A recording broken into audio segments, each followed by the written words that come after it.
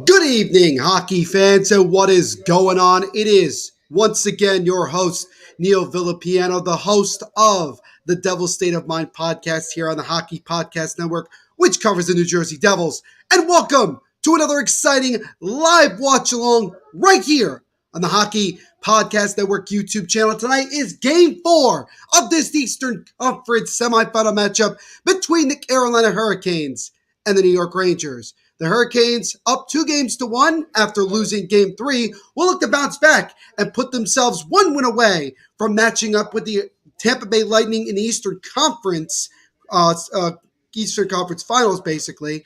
And they will also be able to go home to try to get this done. While the Rangers will look to force a Game 6 back in the Garden, and more importantly, even up the series at 2 with a win tonight. We shall see what happens in just a few short moments. Before we get to that, I just wanted to quickly say this. This is also on somewhat of a somber note.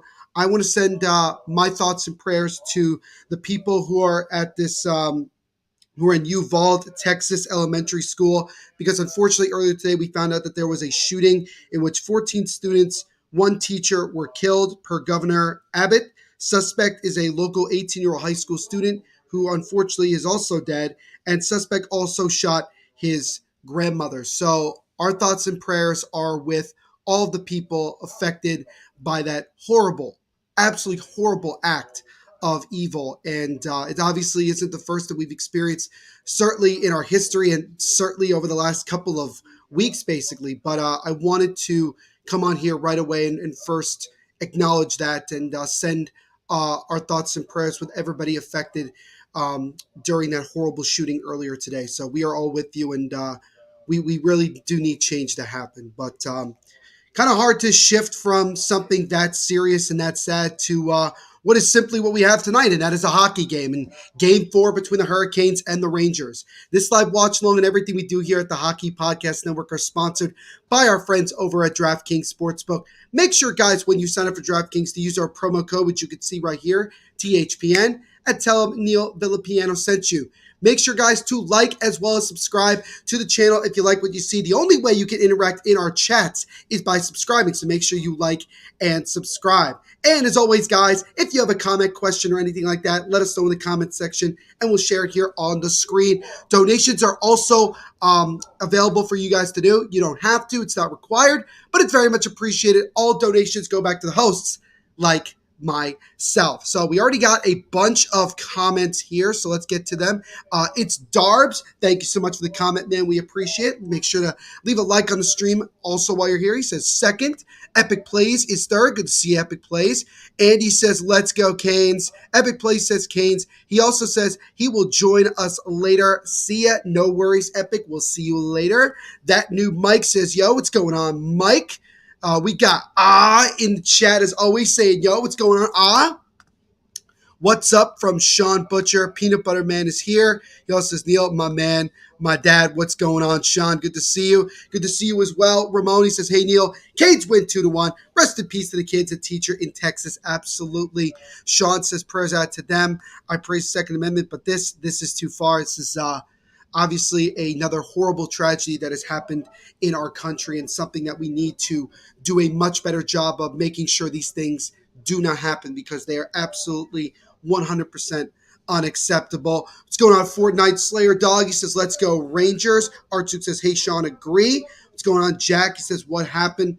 As I just mentioned a couple of moments ago, an elementary school in Texas had a mass shooting in which a teacher and 14 students were unfortunately killed. The shooter himself was also killed. He also did shoot his grandmother. So obviously a very, very horrible day in Texas, no doubt about it. Mike says school shooting. It was indeed a school shooting. And again, it is very hard to transition from that to something as simple as hockey, but hopefully for everybody out there that sports could be a good way to not distract ourselves, but obviously take away some of the pain that these horrible acts unfortunately give us. But yeah, it was very, very difficult. But yeah, here we are tonight, game number 4. Rangers got the win in game 3, albeit with a lot of, not controversy, but a lot of war of words at the end of game 3 between Tony DeAngelo and literally the entire New York Rangers team. And Gerard Gallant had a few choice words for Tony DeAngelo after game number 3. So we'll see if the bad blood continues here in game number 4. But most importantly, Rangers looking to try to even up the series at 2 games apiece with game 5 back in Carolina. The Hurricanes, who are now 0-4 so far in the playoffs on the road, will once again look to try to get their first win on the road and take a 3-1 lead with game 5 being in Carolina. So this is a very big game tonight. This series definitely through 3 games certainly feels like a series that could go 7 games, but obviously things can certainly change. But this should be a good one tonight. For me personally, score prediction wise, I'm going to go with the Rangers to win tonight. I'm going to say 5-2 with an empty netter. I think that the Rangers are going to continue to ride the momentum of being at home. Shesterkin has been phenomenal, 4-0 in his last 4 home games. Really being strong in net for the Rangers in at home, and I think they'll continue it tonight and even up the series at 2 games apiece. Jack says, of course, it happened in the U.S. Y'all act like you have free ranges everywhere. So, yeah, it is very unfortunate that this happened, and hopefully we can continue to find ways to make sure that these things don't happen in the future. Let's see here. What's going on, Isha? Good to see you as always, my friend. Great stream last night. Well over 4,000 views. And that chat was certainly popping last night. And we thank you for hanging out with us. He says, what up, Neil? Looking fresh. Thank you. Hopped in the shower real quick. Put a little gel in my hair, combed up. Tried to touch up and look good for all you lovely individuals. And I thank you all for hanging out with us tonight. Fortnite says, when is puck dropping? I'd say another 3 or 4 minutes. They are... They're at Madison Square Garden. They are just finishing up announcing the starting lineups, and they're about ready to do the national anthem. So we're still a couple of minutes away from puck drop. I would say around, give or take, 7:11, maybe 7:12. It's probably the start of this one. Beer Sports, whatever podcast, as always, is in the chat saying hi. I sub. Thank you so much, Beer Sports, for always hanging out with us and showing your support. We greatly appreciate it. And again, guys, make sure to not only subscribe, which all of you have since you are in the chat, but make sure to also leave a like on the stream as well. Another goal for us tonight is to get this stream to 100 likes. And also, let's try to beat Isha's view total from last night. Let's get this stream to 5,000 views. So continue to like, subscribe, and as I always say, and I will say this very, very sincerely, please share this with your family and friends and get them to join us as well. Every little bit helps as we continue to grow this channel and grow this amazing hockey community here on the Hockey Podcast Network YouTube channel. He says, nice, haha, I shaved before the stream this weekend. That must be why you got so many views, man, because people couldn't stop looking at you, man. Well done, well done. Neil's looking hella fresh. I bet he gets all the ladies. Oh, geez, Sean, I wish that was the case. Been a single man for about 3 years now, but it's all good, man. It's all good. I enjoy my alone time and working on myself because yourself is the most important person in your life. And he says, hello, Neil, come down to AC, bro. If I have time, Andy, I will. I promise. He says, I got 2 peanut butter beers on tap for tonight.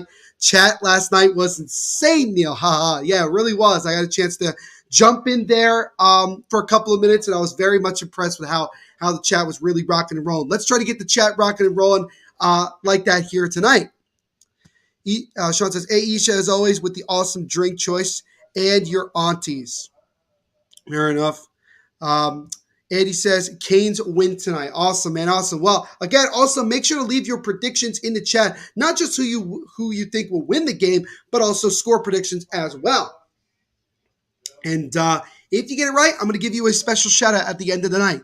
You just got to remind me because I may not remember everybody's score prediction, but let me know again as well. And like I say all the time, but again, if you are new, make sure to leave a like on the stream as well as subscribe. The only way you can interact with us here on the stream, here in the chat, is by subscribing. Igor Shesterkin, not surprisingly, is in net for the Blue Shirts in this one. Antti Ranta is in net for the Hurricanes, 5-0 at home, but 0-3 on the road. So we'll see if the Hurricanes can change their fortunes on the road here and look to grab the 3-1 lead. So we are just about ready to go, guys. I'm excited. I'm sure you guys are excited as well. And we're looking forward to what should be another exciting playoff hockey game here. Let's see. Sean says, Neil got the wine tonight. I do indeed. Sean, do not fret. I got it right here. Raring and ready to go. Canes, let's go. God, the Flames better win later. I know. They got to find a way to not avoid going down 3-1 against this very motivated Edmonton Oilers team. But here we go. The players at center ice. The puck is dropped. And Game 4 of this Eastern Conference semifinal between the Rangers and Hurricanes is underway. So we'll see how both teams come out. Like to see how both teams look in the first 5 to 10 minutes. Will we see some physicality? Will we see some extracurricular activity after the whistle like we've seen in the first 3 games? Wouldn't be surprised if that's what we see. As Filipino throws it in front of Lafreniere, but he got a stick lifted. Good opportunity right away for that infamous kid line of the Rangers. Sean says, let's go, Canes. Agreed, Isha. Isha says, Neil, star the predictions. It saves the messages. All right. Appreciate the little bit of insight there. Appreciate it, Isha. Says, I think there'll be a few fights tonight, possibly with this series being close and all. Stuff might be heated after Game 3. Fortnite's going to go with a 4-2 Rangers win. All right. Isha with Ranta. And then Danelle says, oh, it's you, Neil, for this live stream. Yes, it is. Yes, it is. As a shot there from the point by Jarvis is blocked in front. Markstrom looks off. He certainly does. Do the Flames at any point decide to go with Vladar? It's a great diving save by Shesterkin on that shot from Pesce. Great save there as there was an opening, but Shesterkin was able to get just enough to rob him. He says, let's go. Jack's going to go with 2-1 overtime Canes. Rags goal. Jacob Trube, an OT winner by Max Domi. Love it. Danelle says, Neil, you're wearing an Adidas Devils pullover, I think. Where did you get it from? I actually got it from the Devils themselves. I was part of one of their, fan interaction things for like their social media, for like their YouTube channel a couple years ago. You can actually look it up as like, I think it's like just a shootout. If you type in like Devils shootout, Sammy Vatanen versus Damon Severson, you'll see me. And I actually was a part of that. And so I won that challenge. And so this was one of the gifts that they gave me.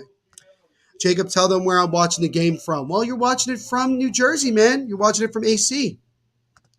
You realize how bad peanut butter recall was until I went to the store today. Oh, saw I was Skippy and Peter Pan. Yes, there is a massive, massive recall of Jiffy peanut butter. What I've seen is a slap shot there by Truvik. He whiffed on it. I'm sure you were disappointed to see that. What's going on, Liam Wolf? Thank you so much for saying hi and also subscribing, my friend. We do appreciate it. Make sure to leave a like as well on the stream while you're here. He says, hi, how are you doing today? As always, when I do these streams, Liam, I am doing very well. Excited to be covering these games and interacting with all you lovely individuals. We're almost about 3 minutes into this one. Both teams with an early opportunity, but the goaltenders are so far sharp. As Brendan Smith gets the puck knocked off him, and Ranta has to come way out of his net to play that puck. Mike says, let's go, Canes. I'm allergic to peanut butter. That is definitely an RIP. I agree with that, Sean. And because peanut butter is delicious and also nutritious in some degree. So here come the Rangers into the zone. Lafreniere gets the puck, gets his stick lifted off of him, and then the Hurricanes intercept it, and they will dump it back into the Rangers zone just about 3.5 minutes in to the opening period. And he says Canes over by 3. All right, so that's another prediction. So we've already gotten a couple. Again, guys, not only should you let me know what team you think is going to win, but also the score as well, so I can give you a shout out if any of you are right later on tonight. One night says, Sean, how many peanut butter jars do you have? Not enough is my answer to that. Liam says, who do you think will win tonight? I went with the Rangers to win 5-2. Was a great save there on a partial breakaway by Ranta on Lafreniere. So again, Lafreniere making some noise early in this one, but he's denied by Ranta. Rangers nearly getting that goal. Beautiful, not really a beautiful pass, just a bad turnover by Jordan Stahl, and then Lafreniere tried to go 5-hole, but Ranta made the save. Neil says, yo, Neil, are you surprised that the President's Trophy winner Panthers got swept by the 2-time Stanley Cup champion Lightning? Thought it would be 6 or 7, not a sweep. I don't think any of us expected a sweep, to be quite honest with you, Danelle, but I'm not surprised they got knocked out because nobody's touching the Tampa Bay Lightning. They're too good. They're too deep. They're too experienced. Vasilevsky is playing out of his freaking mind, and I think it's a crime that Vasilevsky was not up for the Hart Trophy, because I know it's a regular season award, but just looking at the way he's playing right now in the playoffs, that man should definitely be up for several of the top awards. He has been unreal for the Lightning. 3 goals in 4 games he's given up. ridiculous. Absolutely ridiculous. But no, I'm not really surprised that the Panthers got knocked out. Certainly surprised that it was a sweep, no doubt. JC Productions, what's going on, man? He says, I'm back. Let's go, guys. Please tie this up. So we're going to stop at your play here. It looks like we get our first penalty of the evening here, as it looks like it's going to be a tripping call against, I believe it's going to be Seth Jarvis. He did collide with his left leg on Vinny Vetrano's right leg, so the ref decides to make the call. So the Rangers, just about 5 minutes into this one, get their first crack on the power play with an opportunity to take the early lead. Liam's going to go with a 5-3 victory for the Hurricanes. All right, Liam, love it. Archie just changed my prediction from 2-1 Canes to 3-1. Might as well add an empty netter. All right, Archduke, awesome. And he says, great stop. What's going on, Murray? Murray from Calgary. Good to see you as always, my friend. Hope you're doing well. Flames don't have an answer for Hurricane McDavid. He wants to win so bad, Murray in Calgary. Yeah, Connor McDavid is on another level, an even higher level than I've seen in years past. As the Rangers have the puck setting up on the power play. Fox over to the right side to Panarin. Panarin backhands it over to Fox. Now over to Strome. Strome now in the left corner to Zibanejad. Back to Strome. Loses the puck, but he's able to regain it, give it over to Fox. Fox will backhand it. Now he gives it over to Kreider. Now to Zibanejad. Over to Panarin. Slug shot, and that one is kicked aside by Ronta. So Rangers with some good passing. Canes trying to clear it. They cannot. Fox keeps it in. Fox over to Zibanejad, left face-off circle. Now over to Adam Fox. Fox over to Panarin, right side. Panarin holds it, fakes it, gives it over to Zibanejad, and he just missed the net. Oh, he had an opening there for a second, but he couldn't get enough to get it on. 1 minute to go on the power play here for the Rangers. Just about 5.5 minutes into the first. Artemi Panarin with the puck now. Gives it over to Fox, top of the blue line. Fox gives it back to Panarin on the right side. Panarin feeds it to Kreider. Now for the Strome. That one is stopped. Follow-up try just misses the net. Oh, I believe that was Kreider on the rebound, but he couldn't get enough to get it fully on net. Now Panarin gets over to Kreider. Nice deflection in front, but a better save by Ronta. 35 seconds to go on the power play. Fox now over. Gives it back to Panarin. Panarin waits. Feeds it in front, and that one's deflected just wide by Kreider as well. Chris Kreider with at least 3 chances on this power play to score. Hasn't gotten it yet. Fox over to Zibanejad. Zibanejad gives it to Strome. Strome tries to feed it across the crease to Panarin. He gets it, but he couldn't get a shot off. Panarin now with it. Fires it in front. That one is sticked aside by Ronta. 10 seconds to go on the power play. Rangers still have it now. Fox takes a wrist shot through traffic. It's blocked. Second try is blocked as well by the Hurricanes. Still desperately trying to get it out. Power play is over. Rangers keep it in. Panarin gets it over to Zibanejad. Now Zibanejad will wrap it over back to Panarin. Rangers have had the puck in the offensive zone for now well over 2 minutes. Panarin tried to get it over to Zibanejad, hit off his skate, and the Hurricanes almost were able to clear it. Instead, Jarvis gets backhands it over to Ian Cole, who will finally lift it out of the zone and back into the Rangers zone as they'll finally get a chance to change lines there. So a good power play, honestly, overall by the Rangers there. They just could not score. A couple of good saves and a couple of deflections that just missed. Andy says, tripping, BS of a call, in my opinion. It was ticky-tacky. Are you only doing Rangers game today? I personally am only doing the Rangers game tonight, but do not worry, as this is the first of 2 live watch-alongs we're doing tonight, ladies and gentlemen, as my good buddies, Nate and Carter from the Quack Report will be live on the channel later tonight starting at 9:30 for Game 4 between the Edmonton Oilers and Calgary Flames, the Battle of Alberta. So stick around later on tonight for that live watch-along as well. Neil, do you think the Avalanche finish off the Blues tomorrow night? As a shot there by Tony DeAngelo is stopped by the mask of Shesterkin. Now the Rangers look to come the other way. Tomorrow, the Blues will force a Game 6. I think, honestly, Danelle, I think the Avs finish it off tomorrow at home. Jordan Binnington's injury has been the difference in this entire series. You can see the Blues just do not have the same success. The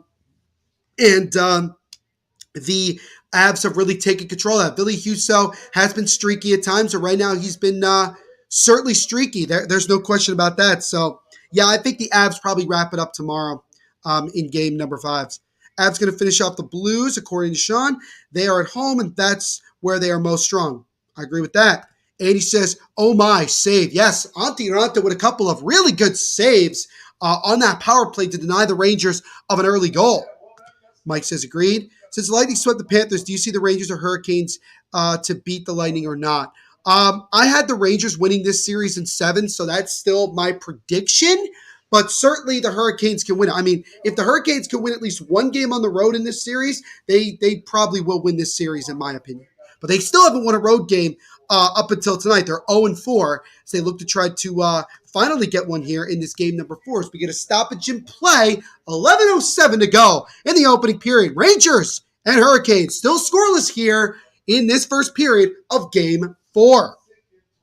But I'm glad that, Danelle, I'm glad you brought up the Avalanche Blue Series, because I wanted to talk about this really quick while we have a commercial break. I just want to say this right off the bat. Nazem Kadri's wife on Twitter shared a lot of, not all of them, but some of the responses that people sent to Kadri's family account, because I think they have a joint account together.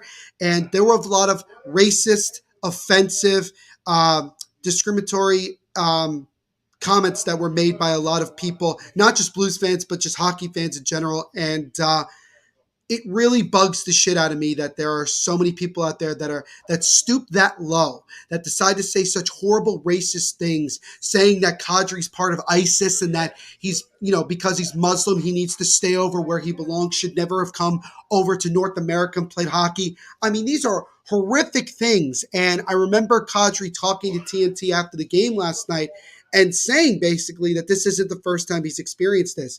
And it's sad that it isn't. It's sad that he has experienced so many of these things before. I know he's not the only one. He certainly won't be he's not the only one, and he won't be the last, unfortunately, because there are still a lot of horrible people out there. But that type of stuff, that type of shit is not acceptable at all in sports and in our world. And the fact that people have to say those things over a simple game of hockey is absolutely disgusting. And the other thing, it simply is this. Nazem Kadri, while yes, he does have somewhat of a reputation of being a dirty player, as we've seen in years past, he did obviously injure Justin Falk in last year's first round matchup between these two teams. And yes, he did collide with Jordan Binnington back in game number 3, but it wasn't with intention in that hit on Binnington, okay? He really couldn't stop in time to prevent himself from that. And he was somewhat pushed into Binnington. So really, to me, I feel like this was a major overreaction because it's Nazem Kadri, because he has a reputation. But again, regardless of who it is, regardless of the situation, it's a freaking game, my friends. And we do wish nothing but the best for Binnington, and hopefully he recovers sooner rather than later. But there's no reason for people to say just hurtful, racist things. So people really need to do better.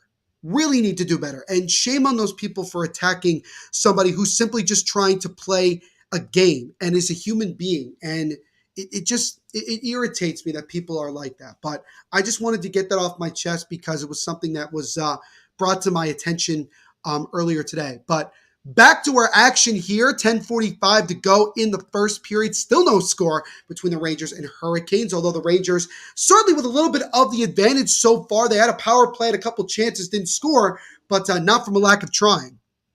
Andy says, come on, Canes, this sucks. Sean says, Kadri got a lot of unnecessary comments. It was proven their own player, not Kadri, injured Binnington. Well, Kadri was the one that collided with Binnington, but Kadri got pushed into Binnington. That's what I was saying. It is indeed unacceptable, especially over a hockey game, no doubt. Archduke says, the only way I see the Blues winning is by getting special permission to use an African bush elephant as a goaltender. That's an interesting strategy. He also says, fuck that stupid racist shit. I agree. I absolutely agree. That stuff has no place in sports and has no place in our world. Not one bit. And then Sean says, LOL, agreed, Arch. I think he was referring to the elephant comment, which was actually kind of funny. But yeah, so far here, it's been not necessarily back and forth, but like I said before, Rangers with that power play almost scored on it, but a couple of good saves and just some deflections that just missed wide from what was honestly one of the better power plays I've seen from the Rangers that they didn't score on. So that was kind of good. So you can see the Rangers slowly but surely taking control of this first period. And I don't know what it's going to take for the Hurricanes to win a game on the road. That will be their downfall. If they're able to get out of this series, again, they would have to win it in 7 for, if they don't win a game in the road again, they'd have to win it in 7. What's going to happen when they go into their series against Tampa in the Eastern Conference Finals, and let's say they lose a game at home? They have to find a way to win on the road. Every single, you're not going to win a cup if you're not able to win games on the road. It's something you really need to have to do. JC Production says Binnington is going to play.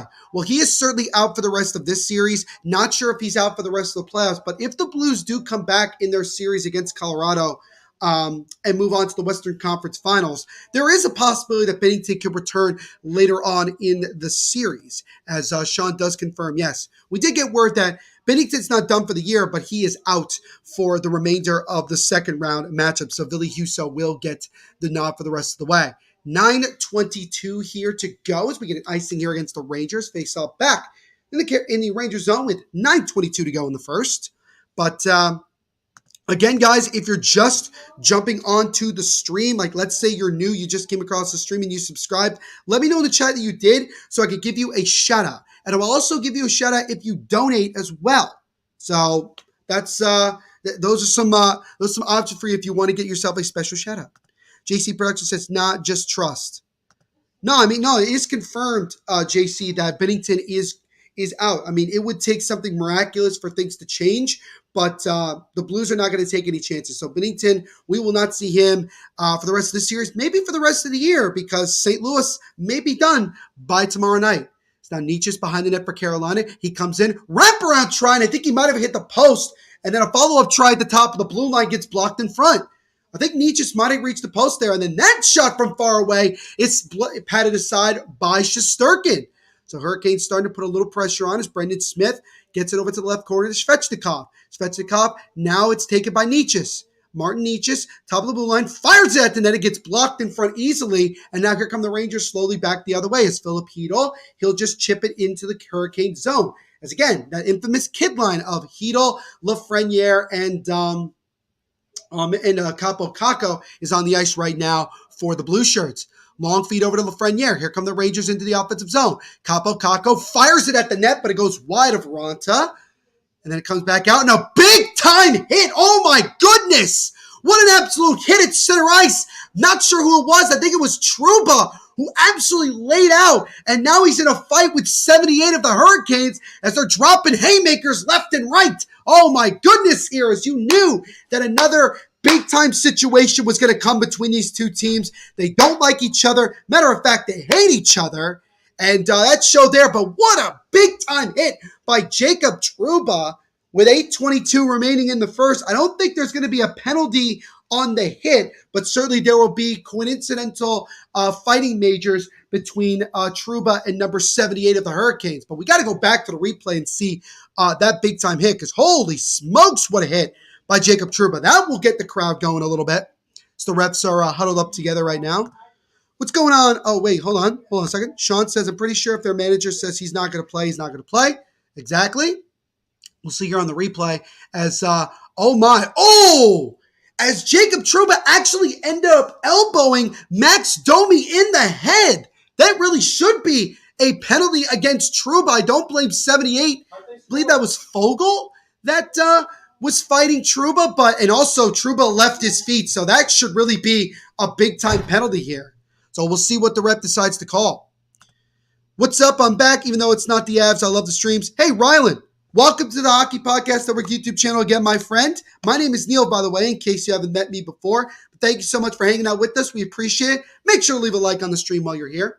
So looks like the ref has made the call. Not sure what it was. What's up, Ryan? Sean says, yes, what a hit. And then Andy says, fight, yes. What's going on, Ben? Good to see you, my friend. I hope you're doing well. Leave a like on the stream while you're here. Says, hi, Neil. What's going on?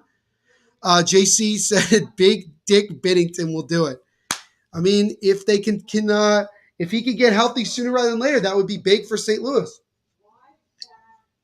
Andy says, boom, boom, boom. What's going on, Jeff Nelson? He says, Neil, what's up, bro? What's up with this freaking world? 14 children are gone and one teacher. Sorry for the shitty news. No, Jeff, we actually discussed it right as I started the stream tonight about the horrible shooting in Texas in an elementary school. 14 kids and a teacher were killed. The shooter himself was killed. He was an 18-year-old high school student who also shot his grandmother, apparently.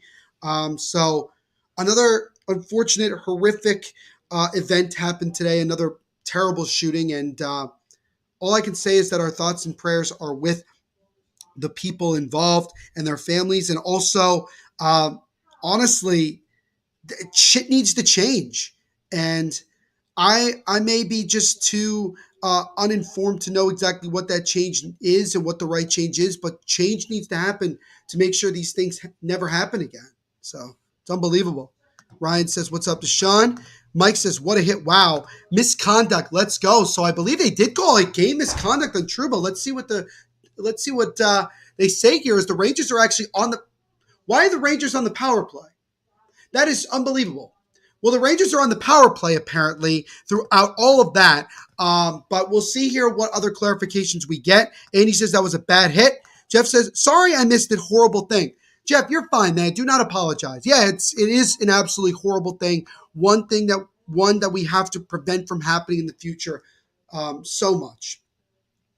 1:30 to go in the Rangers power play, 7:50 to go in the first period. Again, still no score. We just had a massive hit as now almost a breakaway for Sebastian Aho, but the ref blew the whistle for some reason, maybe an offsides, but I'm not sure. But Trouba, I mean, again, he got hit, but to be fair, actually, when I see it again, he didn't leave his feet until he collided with Domi, so that's not it, but he elbows Domi right in the face. And I got to get more words as Domi was talking to the ref about how is that not a game misconduct or anything. But I actually have the game muted for copyright reasons. So if anybody could tell me what was ended up being assessed on that situation, I would greatly appreciate it. As Fox throws it at the front of the net, it gets blocked in front. Rangers setting it up right now. Panarin right now gets over to Kreider in the left corner. Now it's Zibanejad over in the left corner. Loses it. Tried to get it to Strome. Got broken up for a second. Fox keeps it in. Zibanejad left face-off circle. Chips it over to Kreider behind the net. Chris Kreider now gets it top of the right blue line to Panarin. Tries to make a pass. Almost lost it. Gets to the Fox. Zibanejad whiffed on the shot after the pass. Now Strome over to Artemi Panarin. Panarin feeds it in front. Backhand try by Kreider got blocked and then covered by Ronta. Rangers on the power play, question mark, WTF. Yeah, I don't know exactly what I missed there with that. Liam Wolf says, yep. Mr. Mao is going to go with a 3-2 Rangers victory. Zibanejad is playing like a beast. All right. Love it, Murray. Love it. WTF, power play for the Rangers for the elbow. Should be 4-on-4 M since the misconduct, or am I wrong? Well, okay. Yeah, I think it should have been, but I don't know exactly. Maybe they gave more than 5 minutes to 78 of the Hurricanes for fighting as well. Hope you all are having a great day, Isha says. Hey, man, Isha, it's always a great day when you got some playoff hockey. Am I right? Mike says, penalty for New York Rangers, 5 minutes for fighting, 10-minute misconduct. I don't think that's a game misconduct, so Jacob Trouba is going to be done for the rest of this period and a good chunk of the second before he can come back, unless it's a game misconduct if it's 5 and 10. Can someone confirm that for me? I'm not entirely sure. Jeff says, I had it twice today. Had it twice. Nice. Sean says, hey, let's go. And then Ben says, get destroyed, Domi. That was a big-time hit. Surprise. Wasn't a game misconduct. It's the nice field with the right side, and the Rangers score! It's Freddie Vatrano on the right side. He beats Antti Ranta. And on the power play with 6:29 to go in the first, it's the Blue Shirts who strike first. It's 1-0. So Frank Vatrano, who has already gotten further in the playoffs than his former team, the Florida Panthers, gets the Rangers on the board first. We'll see it again here as the Rangers did a good job. This was the second wave of the power play, second power play unit. Just a nice feed over from the defenseman to Vatrano. Ranta was able, looked like he was somewhat in position, but not enough, I guess. We'll see who made the pass as Adam Fox gave it over. Just a nice feed from Andrew Kopp to Frank Vatrano, and Vatrano scores. So 6:29 to go in the first. Rangers up 1. Jeff says, my Blues laid an egg. No fight in them, really, even at home. Yeah, that was pretty rough. By the way, Frank Vatrano, that's his 5th career postseason goal, his 3rd of this postseason on the power play, gets the Rangers the early lead. But yeah, Blues down 3-1. Binnington's out for the rest of the series. You know, we'll see. We'll see what the Blues can do. Can they steal another game in Colorado? We're going to find out. Sean says goal. Mike says no. So does Andy. who is also pissed off about it. Rangers are 5-1 in the playoffs when scoring a power play goal. So certainly special teams has been a big factor to the Rangers' success in the postseason. JC's production says, Rangers go, baby. Let's fucking go. Fortnite also says, let's go. But yeah, nice saucer pass from the right blue line back to the left side to Kopp. And then Vetrano going from the right side, crashing the net. And he was able to get the shot just under the glove arm of Ronson in. And again, giving the Rangers the 1-0 lead. Andrew is in the chat. What's going on, Andrew? Good to see you as always. He says, woo, woo, let's go. Sean says Rangers are 5-1 in power play goals. Yes, they are. They're 5-1 this season when they in the playoffs when they score a power play goal. What's going on, Sean? Good to see you, man. Jeff says, I'm not sure they can overcome this deficit. At Colorado, ? Yeah, I honestly don't expect the Blues to win Game 5. They can surprise me, but I don't think they will.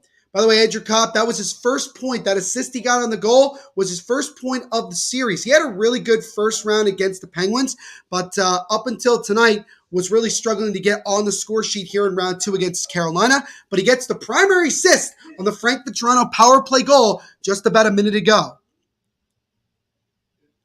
Andrew is saying, what's up to Sean? Sean says, what's up back? RJ says, go New York Rangers. Go. Good to see you, RJ, as always. Hope you're doing well. Leave a like on the stream while you're here. Andy says, come on, Canes.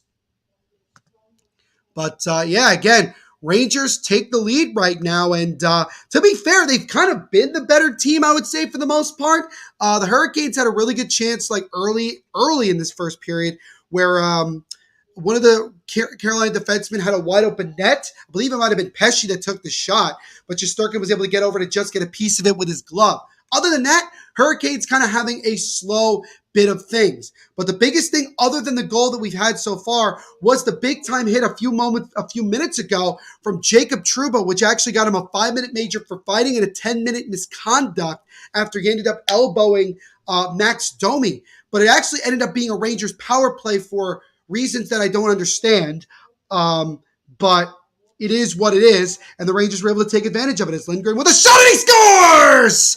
Ryan Lindgren from the left side goes bar down off the post and in, and the Rangers, with 4:18 to go in the first, have double the lead. It's now 2-0 Blue Shirts, as things are going from bad to worse for the Hurricanes, as they are once again showing their consistent struggles when it comes to playing on the road. Don't really understand it, but a great shot by Ryan Lindgren. Andrew Kopp, who's going to get his second assist. Nice feed over to Lindgren. Lindgren through his screen. Might have actually been a screen by one of the Hurricanes players. We'll see it again here on the replay. Looks like it may have been touched a little bit by Pesce of the Hurricanes, but nonetheless, it goes in. And the Rangers on a goal from Ryan Lindgren now make it 2-0 as here comes Panarin right back into the offensive zone. Panarin leads it over Fox. Fox with the backhand try. That would have stopped. Rebound try is stopped again. And then Fox tried to direct it off the back of Ronta, but he missed them. Oh, it's all Rangers right now. It's all Rangers. But Archduke says elevation makes a huge difference. At least the Blues can enjoy the beauty of Colorado. It's a good point. I do indeed have my wine, Andrew. Do not fret. Do not fret, my friend. Jeff says, I really like your crew in this podcast. Appreciate all your efforts. Hey, Jeff, we appreciate you supporting us and hanging out with us, man, and liking and subscribing. It means a lot to us. Sean says, goal, woo. Andrew's pumped up. Sean's also going to go with the Nashville Predators goal song again. He says, I like it. I love it. He wants some more of it. Andy says, no. JC says, holy fuck. ONFG or OMFG. Andrew says, I told you, Neil, looking pretty good so far. Andy says, boo, it's a scramble in front of Shesterkin, but the Rangers are able to clear it. Yes, my Rangers rockin', baby. They are indeed, James. Good to see you as always, my friend. Let's go, says Fortnite. Holy shit, another goal. No, Mike's not happy. JC is rock solid right now. Very nice, very nice. Archduke says, there goes my prediction, huh? Well, Archduke, you can never really figure out how these games are going to go sometimes. And he's pissed. Super Neil calling our game tonight, James says. Appreciate the compliment, James. Super Neil knows everything. I wouldn't say that, but I know a decent amount. Archduke drinking the red wine. Awesome. I'm drinking white tonight. Because once again, Tony D'Angelo in the middle of some pushing and shoving. He actually collided helmets with Ryan Reeves. A lot of words being exchanged right now. I'm loving this, guys. I got to be honest with you. This has been the most entertaining second round series of these playoffs, only strictly because of the war of words between Tony D'Angelo and the New York Rangers. Because it's not just one guy in the Rangers he's going after. He's going after their entire team. Ryan Reeves, as always, being the enforcer that he is. He's also chatting some words with the Hurricane bench. These guys, I've told you, these guys have played each other. They've been in the division, all season long. They don't like each other at all, and they're showing more of how much they don't like each other here. But we got 2:33 to go in the first period. Vatrano and Ryan Lindgren are the goal scorers. And as a result, the Rangers have the 2-0 lead already. Andrew says, and last time you told me that Canes will win last game, but I got it. Yeah, well, you know what, Andrew? I'm not always right, man. Not always right. Just giving my opinion, and that's how it goes. Also, to be fair, there is still a lot of hockey left to go in this game. We're only in the first period. But I take your point. Jeff says, these hockey playoffs are so good. Great play, nothing better. Yeah, I would honestly say this has been one of the more entertaining playoffs we've had in quite some time. Some really good drama, some high-scoring games, and just tremendous play from some of the top players in the league. It's been really impressive. Murray says, yes, Rangers have the energy of momentum. They certainly do. And he says, I was reading their lips. LOL. Epic Plays is back. He says, shit, damn it. Interesting way to spell damn it, Epic Plays. I'm pissed off. I would imagine you would be, Epic. I would be too if I was a Canes fan. He says, and Andy says he's mad as fuck. But good to see you again, Epic Plays. We thank you for coming back and hanging out with us. We do appreciate it. But yeah, the Rangers have really, for this entire period, have just dominated the Hurricanes and taken advantage on the power play, and also have just gotten really good pucks to the net and got rewarded for it. As again, Frank Vatrano and Ryan Lindgren are the goal scorers so far for the New York Rangers. They have a 2-0 lead with 2:33 to go in the first. Adam Fox, 13 points this postseason, most among defensemen. He has a goal and an assist, so they actually gave did they give one of the goals to Adam Fox? I'm not sure. I don't know why it says that he has a goal and assist in this one. I have to look back and see, but the last time I checked, it was Lindgren that scored that second goal, but maybe Fox might have gotten a piece of it. Sean says, I'm expecting a good playoff season next year. We expect it every year, to be quite honest with you. Epic Plays left us a like. Thank you so much, Epic. Make sure, guys, also, while you're here, to like as well as subscribe. Everything helps out the channel. Tampa Dam last night swept with Panthers. Yeah, I know. The Panthers mustered up just a measly 3 goals through 4 games, got shut out in game number 4, and got swept aside as the Tampa Bay Lightning now, for the 3rd consecutive year, are playing in the conference finals. Unbelievable. Epic also helping us out with saying use code THPN, hashtag DraftKings. Love the support, Epic. Again, THPN when you sign up for DraftKings, guys. Use our promo code. Sean says, get this 100 likes and Isha will show himself shirtless. Isha, is that a bet you are willing to accept? Erica's in the chat. Good to see you as always, Erica. Thank you for hanging out with us. Leave a like on the stream while you're here. She says, Fox tipped it. Okay, so it wasn't Lindgren who scored. It was Adam Fox. So Adam Fox does indeed have a goal and an assist in this one. So again, to clarify, Frank Vatrano and Adam Fox are the goal scorers for the Rangers as we're into the final minute of play in this first period. Thank you, Erica, for that. I appreciate it. What's going on, EMoy? Good to see you as always, my friend. EMoy, you got to be pretty happy with the Avalanche being up 3-1 going into Game 5 tomorrow in Colorado. By the way, that game will be at 8 p.m. Eastern on TNT. It's the only game tomorrow, if you can believe that. Rest in peace, Roger Angel, my second favorite baseball writer. Yes, I did hear that he passed away, but he was around for, God, I think it was over almost 100 or pretty much like spot on. He was alive for a century. That's pretty damn remarkable if you ask me. My mom is cold because she was outside watering plants. She's in the hot tub, so I'm watching the game upstairs so she gets in. Very cool, Andrew. Very cool. Hopefully she's enjoying herself. 44.9 to go in the first period. Rangers up 2-0 again on a power play goal from Frank Vetrano and then a tip-in goal from Adam Fox, who has a goal and assist tonight. And I believe he now leads all defensemen in the playoffs in points with 13. What's going on, Dark Sports Tom? Good to see you, my friend. Love that you're a Raiders fan. I'm a Raiders fan as well. Says, sup, nice to see you. Nice to see you as well, Dark Sports Tom. If you are you new here? Did you just subscribe? Let me know. Either way, we thank you for hanging out with us and subscribing. Don't forget to leave a like on the stream as well. We got 20 seconds to go in the first. Hurricanes aren't able to keep the puck in the O zone. He just says, holy hell, Rangers. Yes, the Rangers have come out flying in the first period. 10 seconds to go. So Rangers chip it back down. All the way down. Will be up for an icing? Yes, it will. Face off back in the Rangers zone. 5 seconds to go in the first. So Hurricanes looking to try to win one last face off and maybe get a chance to get a late goal before the clock expires. Andrew says he'll be back. Awesome, Andrew. We'll see you in a bit. Jejune, what's going on, man? Make sure to leave a like on the stream while you're here. So he says, unrelated, I think one player I'd like to see against Vasilevsky would be a prime Jason Spezza. He had a quick slap shot, good toe drag, and patience to match Vasi's.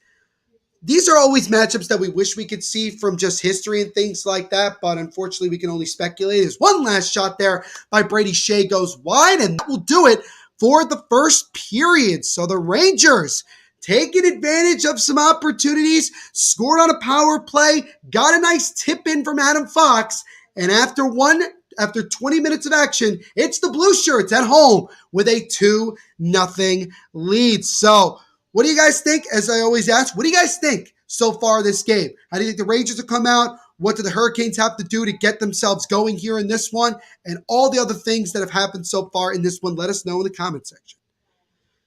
Dark Sports Tom says, the hockey team I can't stand is Tampa Bay. Can totally understand why people don't like Tampa Bay. I personally am much more impressed by what they've been able to do. It's not that I don't hate them.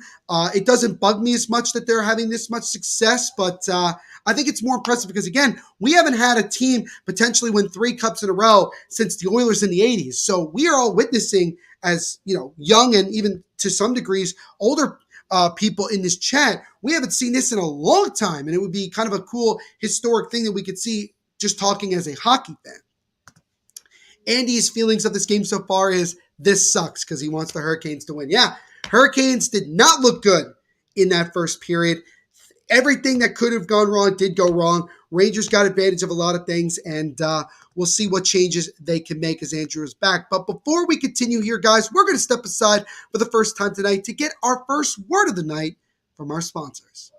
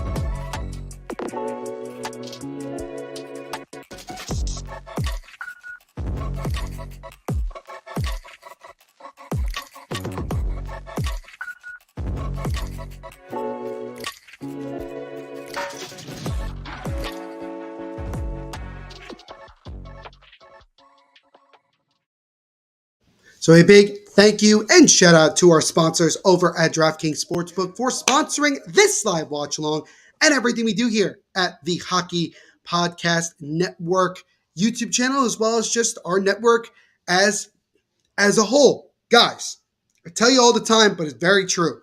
With the NBA playoffs into the conference finals, getting closer and closer to the NBA finals, and with the Stanley Cup playoffs well into the second round, DraftKings is continuously giving you guys huge opportunities to get major cash prizes. So if you want to get in on that action, here's what you do. You go to DraftKings right now, you sign up, you use our promo code, which you can see right here, THPN, and tell them Neil Villapiano sent you. So here we are, first intermission of our game 4 between the Rangers and Hurricanes. And after 20 minutes of play, it is the hometown New York Rangers with a 2-0 lead thanks to goals from Frank Vatrano, which was on the power play, and a nice deflection by the reigning Norris Trophy winning defenseman, Adam Fox. And this game would not be complete without some controversy, let's call it. As earlier in that first period, we had a situation where Jacob Trouba absolutely obliterated Max Domi, ended up hitting him up high with his elbow to the face, which ended up resulting in a fight between somebody on the Hurricanes and Jacob Trouba.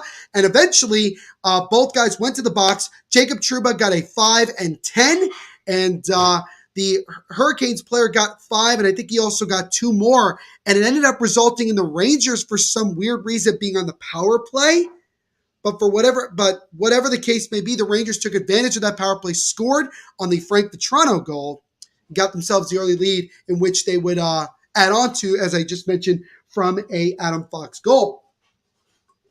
So that is where we are after 20 minutes of play. But yeah, Hurricanes did not look good through those first 20 minutes. Granted, they had 8 shots on goal, but other than maybe one chance, and that was way back early in the first period, the Hurricanes really didn't put a whole lot of pressure on Shesterkin. He was able to see everything that the Hurricanes put at him. The Rangers certainly putting on a lot of good pressure in the offensive zone. So obviously, if you're the Hurricanes, you have to find a way to get the next goal. You cannot afford to allow the Rangers to continue to control this game, especially when you need to find a way to at some point, win a game on the road if you want to win this series. Because the Rangers, at the moment, have gotten closer to winning a road game in this series than the Hurricanes have. So that's something to keep in mind here as this game progresses and as this series progresses. We got some more comments here. Sean says, Avs going to ruin that streak and take home the cup. We'll see. I still don't think that they're as good as Tampa. I just don't think they match up well. Dark Sports says Suns will trade CP3. That would be somewhat, I feel like, an overreaction to what was definitely a disappointing season for the Phoenix Suns. But again, I wouldn't be totally surprised either. Neil, I just noticed you're rocking that dope Devils jacket. Well, first of all, thank you so much for noticing. I appreciate it. You're the second person tonight other than Danelle to notice it. I don't know I think you'd call it more like a pullover. It's not really like a hoodie either, but this is something that's like really cool that like maybe you see like people who work for the team or even coaches would wear. Again, I got this as like a gift in like a contest that I was part of with the Devils a couple of years ago. So that was kind of like a fun, a fun thing to do. And it was really cool that I got this. So thank you. It's actually one of the things I enjoy wearing the most. My mom's is inside. She's all good now. Good to hear. Dark Sports says, guess my favorite team in my profile pic. Well, I can see right here from your profile pic, you are a Las Vegas Raiders fan, a Milwaukee Bucks fan, and a Detroit Red Wings fan. You're all over the place, which I like. I like that you like in different teams in different leagues. Very, very cool. I also flipped over to the Yankees a little bit. So if you hear my family, chanting in the other room, that's probably what it is my wonderful mother probably just said something. What's going on, Gals Ha? Thank you so much for the comment, my friend. We do appreciate it. Leave a like on the stream as well while you're here. Would appreciate it 100%. Canes need to score. Yes, they do. They need to get their offense going here. They did not look good. They only scored 1 goal in game number 3. So they certainly need to get something going here. The Hurricanes have scored what? They've scored 4. They've scored 5 goals through 3 games and 1 period. So that's not really all that great. While the Rangers have scored 1, 4, and now 6. So they've only outscored the Hurricanes 6-5 through the first three games in one period, but still, Hurricanes definitely need to get some offense going here, and they definitely need to get the next goal and cut the deficit to 1. Got to quiet that Madison Square Garden crowd, because the longer it remains with the Rangers in front, the harder it is for the Hurricanes for them to come back in this game. Jeff said, Neil, nice jacket. Awesome. I tried to buy a new Blues one. $200. Wow. Sorry, I passed. Wow, that is $200. To be honest with you, I just, I get, hold on a second. I totally get why people would spend all that money to get something very cool like that. But to be quite honest with you, I just don't personally think it's worth it. It's way more worth it getting it as a gift or something like that. But to me, like, if you're a fan of a sports team, as long as you have like a hat and a shirt, even if you don't have a jersey, just a shirt, you're good. You're good. That's the way I look at it. Red Wings are still rebuilding, as Dark Sports Tom says. Yes, they are. But I think if you give them another year, not next year, but the year after, the Red Wings will be back in playoff contention. Like, I can feel it. Steve Yzerman's going to build that team like he built what Tampa's become right now. They have really struggled on offense. They have, and this is the wrong time. This is the wrong time for your offense to go quiet. And I've mentioned this before, and I'm glad you brought this up, Gels. I'm glad you brought this up. This is why goaltending is so important once you get into the postseason, because you're going to have moments like the Hurricanes are having right now, even like the Panthers were having in their second round matchup against Tampa, where your offense might go quiet and you might struggle to score, and you need your goaltending to step up. Not saying that Ronta hasn't stepped up. He's actually played relatively well. But this is also the moment where other guys, not just your star players, but your bottom 6 guys, your workman-like guys, need to find ways to step up and score as well. You can't rely on your top 6, your top guys to always score. It's not going to always be like that. You're going to need a full team effort every single game. Pereira got a big fine from last night. Perron got a big fight from last night in Blues game. Yeah, he got the maximum $50,000 fine for a hit on Nazem Kadri, which I looked at it again. It didn't seem all that bad, but because of the whole situation of what's going on with Nazem Kadri, I can understand. Also, my good friend Erica, I think, is still in the chat. She actually brought this up to me earlier today and I didn't realize. There's a video out there on Twitter that apparently shows, well, not apparently, it does show that there was a moment in Game 3 between Edmonton and Calgary where 3 different Flames players deliberately tried to go and hurt Leon Draisaitl, particularly go and break his ankles. Not in like the basketball sense, but deliberately like use their stick, like collide with them, and that was absurd. And according to several people, I think the NHL is aware of this, and I don't know if they're going to make any sort of decision on that for this one, but I think they're going to inform the refs to make sure that they can prevent that from continuing moving forward. So that's something to keep an eye on for later tonight when Game 4 between Edmonton and Calgary happens. So keep an eye on that. Jeff says, Sean, isn't that ridiculous? Nice try. $200 for that is not. No. JC said, I'm back. I'm in love with the team now, but man, do I miss Glass and Fast and Fost. Also, my main man, Girardi, he's the reason I wear 5. Hey, JC, I respect all of that, man. I respect all of that. And yeah, it is interesting how like there's 5 or 6 former Rangers on Hurricanes right now. And obviously, I'm sure it brings back some good memories for Rangers fans. But right now, you got to focus on the team you have and try to go out and win. It's like these gas prices. Thanks, Sleepy Joe. Price gouging. I heard potentially with Memorial Day weekend coming up this weekend that gas prices may be up to over $5, which is crazy. Archduke says, agree. Only jerseys I have are Cardinals ones with players who have since been traded. You got to be careful sometimes. Usually that's why nowadays I try to have jerseys of players that, are either like legends or maybe are not even on the team anymore, or blanks. That's usually what I go for. June says, I feel more and more iffy about Besser lately as a Vancouver fan. It feels like it's about to fall apart at any moment here. So much uncertainty in Vancouver.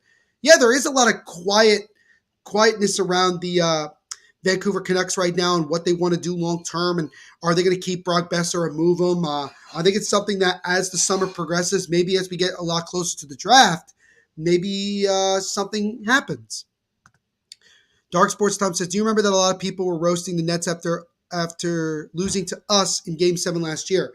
Well, Tom, not to upset you or anything, but I am a Nets fan. And yes, that was very upsetting that we ended up losing in 7 games last year. And it hurts even more considering how this season ended for the Brooklyn Nets. But hopefully we could get Kyrie Irving back, and hopefully he doesn't go absolutely ape shit in AWOL and leaves and doesn't play. And hopefully Ben Simmons actually shows up on the court next season, and we can have a decent team around our star players and try to go win a championship. Because that's as a fan of the Nets, who they've never won an NBA championship. I'm just simply like, I'm not thinking about this team trying to become a dynasty or anything like that. I just want to win a championship.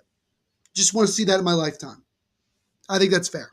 Erica says, they were going after the ankle that's already hurt. Okay, so yeah, Draisaitl has indeed been dealing with a bad ankle in these playoffs. So again, that's the ankle they're going for because they're trying to obviously stop Draisaitl and force McDavid to quote-unquote play on his own. They just said they're going to watch out for it, basically not doing anything. Yeah, see, that's the thing I'm worried about. I'm worried that, like, the NHL's not going to do a damn thing, and that it's going to be too late, and then Draisaitl's going to have a moment where he's going to get hit, and he's not going to be able to get up because they deliberately went after his ankle. So, again, something to keep an eye on for later on tonight when Game 4 happens. Archduke says, I too have a few Cards jerseys and 2 Blues. Old school. You can't anymore because they trade players so often. Very, very true. You can't. Sean says he's going to say a joke, the Winnipeg Jets. Don't know if they're necessarily a joke, but maybe they are a joke to some people up in Canada. But, ladies and gentlemen, on that note, before the second period begins, we're going to step aside for another moment to get another quick word from our sponsors.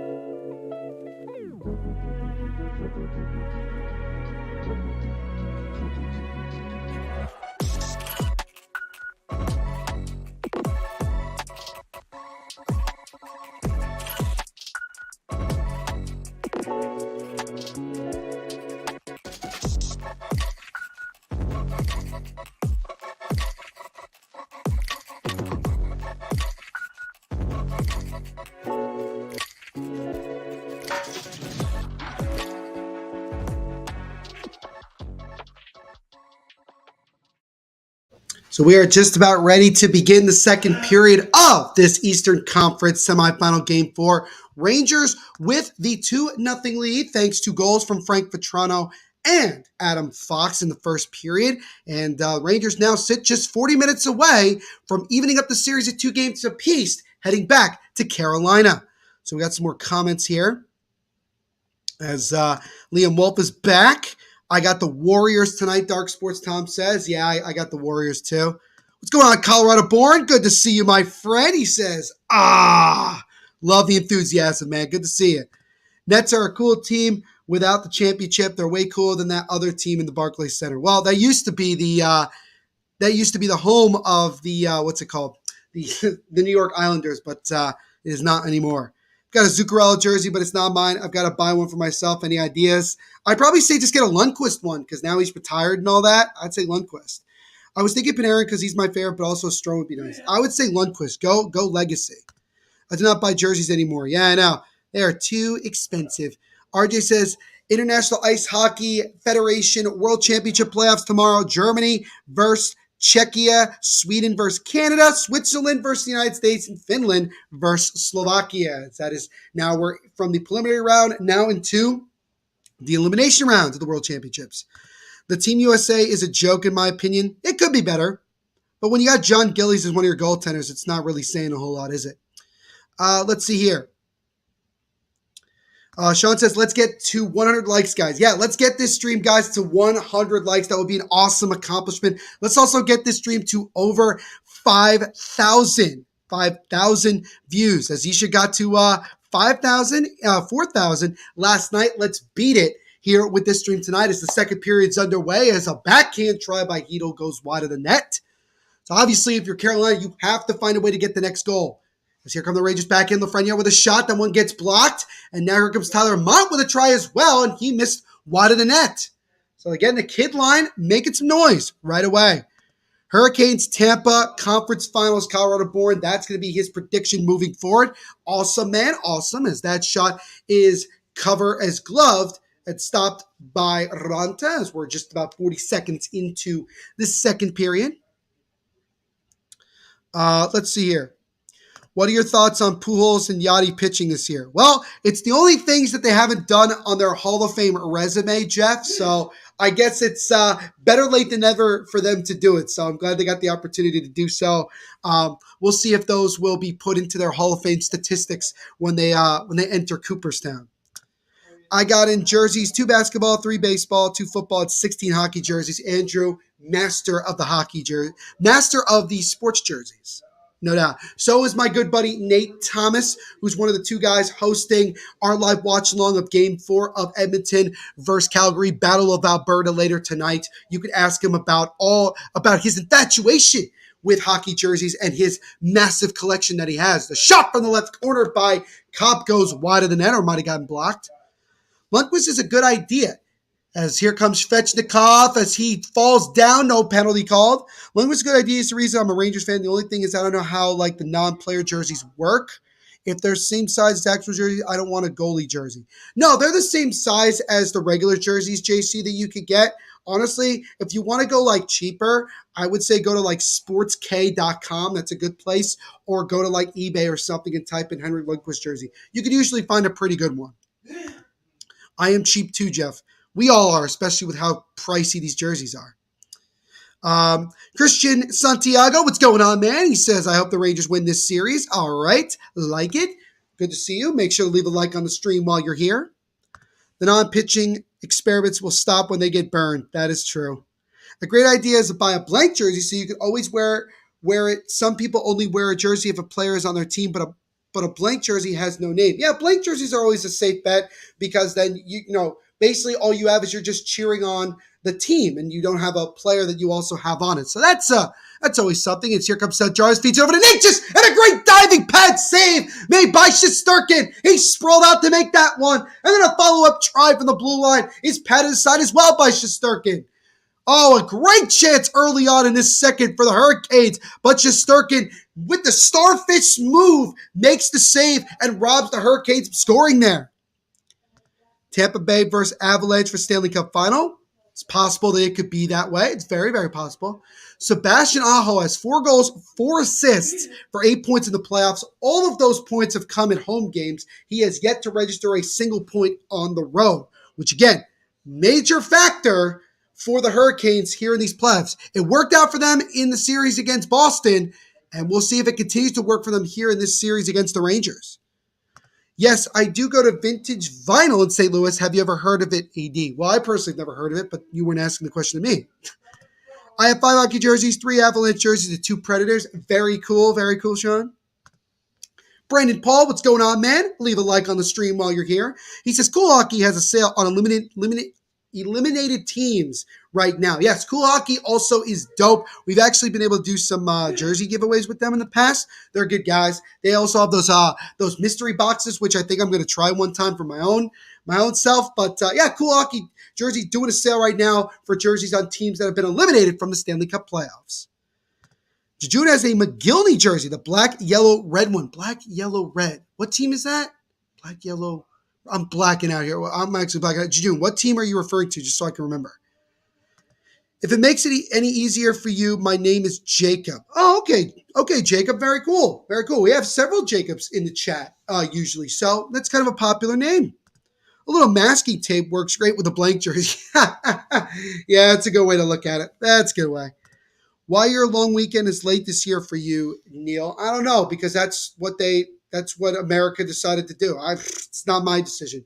They show replay again as Teuvo Teravainen. He had an open net, and Shesterkin at the last second was able to get his right leg pad out to make a gorgeous save. That is the save of the night so far. Or you can customize a peanut butter jersey. Hey, hey, don't put any ideas in Sean's head, because he'll do it. I go to Vintage Vinyl too. Great store. Yeah, it's cool. June, you're referring to a McGillney Canucks jersey. Okay, because the second you said McGillney, I'm thinking Devils because he was on the Devils. So I get that. What's going on, Casey Mack? We thank you for subscribing, my friend. We appreciate it. Carolina just can't play on the road. New York Rangers might be a better test for Tampa. Could be. Could be. The Rangers have been able to win on the road so far in these playoffs, so it's possible, but they still got to win, including tonight, three more games to meet up with the Tampa Bay Lightning. But Casey, also, my friend, make sure to leave a like on the stream while you're here. Jacob says, I have 3 football jerseys, one for my all-time favorite Sean Taylor, may he rest in peace, one for Chase Claypool because I'm a Steelers fan, ironic because I'm also a Rangers fan, and lastly, a Jonathan Taylor jersey just cause. Well, I could definitely tell you're a Jonathan Taylor fan from your profile. Very cool. Where's the PB talk tonight? It's coming. Don't worry. I got a Lehner All-Star jersey this year because he's one of my favorites and don't want to worry if he possibly gets traded. Yeah, dude. Robin Lehner's going to always be remembered as a, not an Islanders great, but definitely he was beloved and respected so much in his short time on the island. And that's very cool, Brandon. Very cool. Jeff says, yes, it is. Saw my first transvestite down there. I was shocked. 14 years old, great area, bad area. One street can make a huge difference. I'm learning a lot about St. Louis from Jeff and Archduke over these last couple of streams. It's making me that much more interested in checking out St. Louis for myself. But Brett Pesce, 4 block shots already tonight. Certainly been active. 15:42 to go in the second period. Rangers still up 2-0. Both goals coming back in the first period. Face-off won by the Hurricanes. D'Angelo would chip it over to the left side. Now the Hurricanes are able to dump it out. It's going to go all the way back down. Won't be enough for an icing. No. Rep weighs it off. As now here comes Jesper Fast, one of the 6 former Rangers on the Hurricanes. Now he's being pinned along by Lindgren, and then Fox gets knocked down by Jordan Stahl near the play. Niederreiter now keeps it in, but now Tyler Mott's going to get there for the Rangers. Here the Rangers come. Off the boards, Hedl just out of the reach of him. Jakob Slavin gets there first, but it's intercepted by Mott. Tyler Mott backhands it over to Lafreniere. Lafreniere top of the point to Schneider. He takes a shot, and that one is stick padded aside by Ronta. Jesper Fast now in the left corner. He'll fire it off the boards. Not out, though, as it's kept in by Lafreniere. Lafreniere feeds it over to Mott, who whiffed on the slap shot. Oh, he was wide open in the slot, but he couldn't get enough of the puck on his stick to get a good shot on goal there. So Rangers continuing to try to put some pressure on, as it's actually really not the kid line, as Tyler Mott is on that line with Lafreniere and Hedl. I'm not sure if Capo Caco is even playing. We're getting offsides here, I believe, against the Hurricanes with 14:40 to go in the second period. The Rangers still up 2-0. Sean's getting ideas now. Whoa. Archduke said, that is why I'm careful when where I travel in St. Louis. There's more crime once you hit the city limits, which is not far away. Fair enough. I speak the truth, my brother. I'm sure it's like that everywhere. Yeah, every city's probably similar to that. Max says, man, it's looking like we might get a McDavid versus McKinnon Western Conference Finals. Who knows, though? Not counting out Calgary just yet. St. Louis, if they could stop letting their emotions get the best of them. I think we'll definitely get Colorado. As far as Calgary and Edmonton is concerned, I mean, look, for all we know, it could be 2-2 by the end of the night. And, that's something to keep in mind. We'll see how the Flames respond after a terrible Game 3. As a shot there from Aho is stopped and covered by Shesterkin. It actually came up at him on the right shoulder, but he was able to hold on to it to still make the save. As Shesterkin has stopped all 12 shots he has faced so far from Carolina. Casey said they could come back. They could.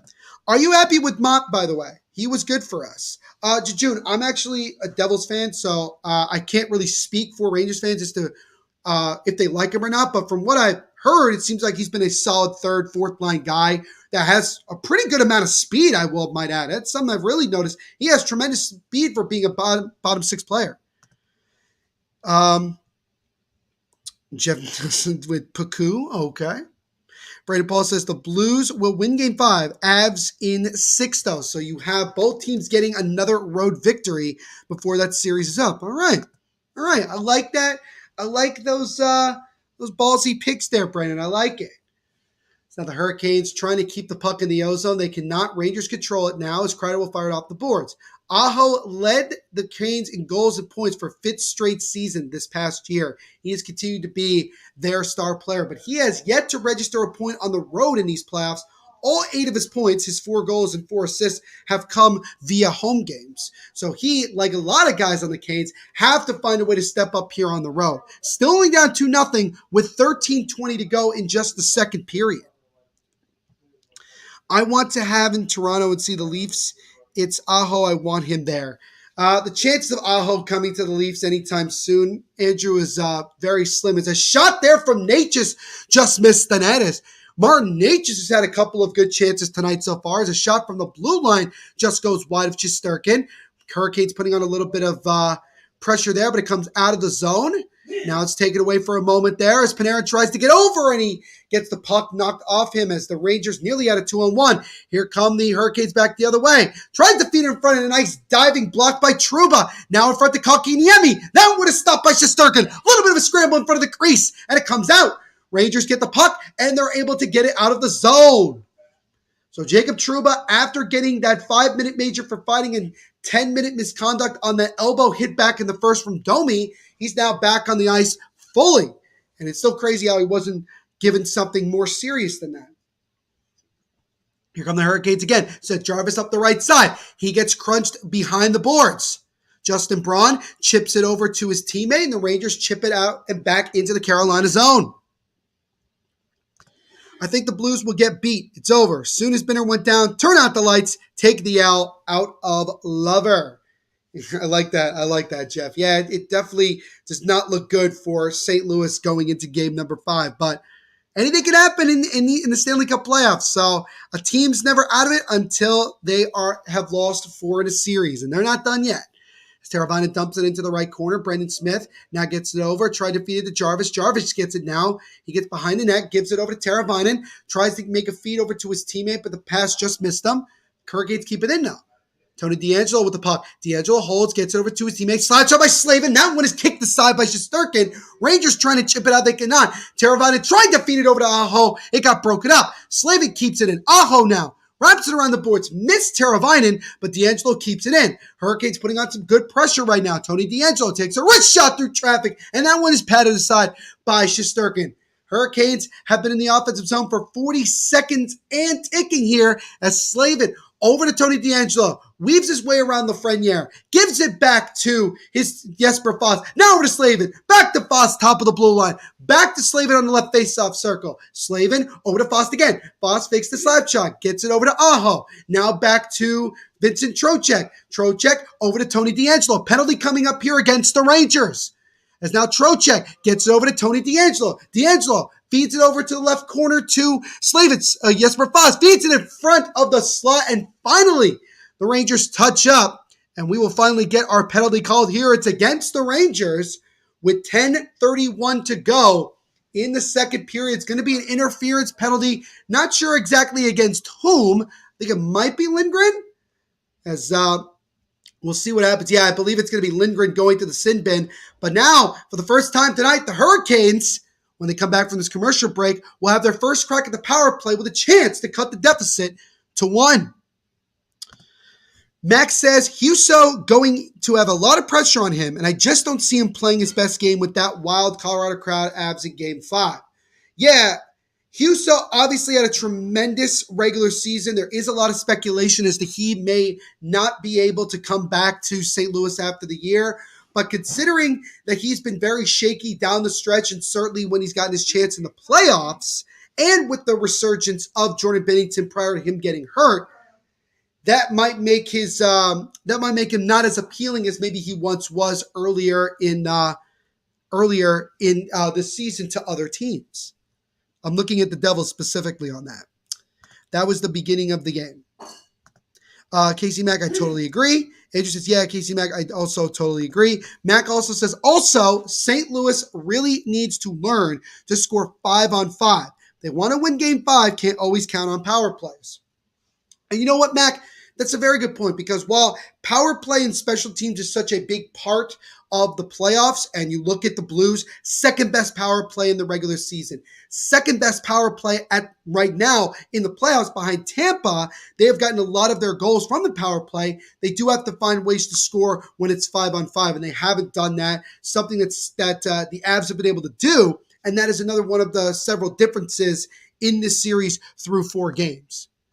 So we're back to the action here. Ryan Lindgren going to the box, 2 minutes for interference as the Hurricanes get their first power play of the night with 10:31 to go in the second period. The Rangers still up 2-0.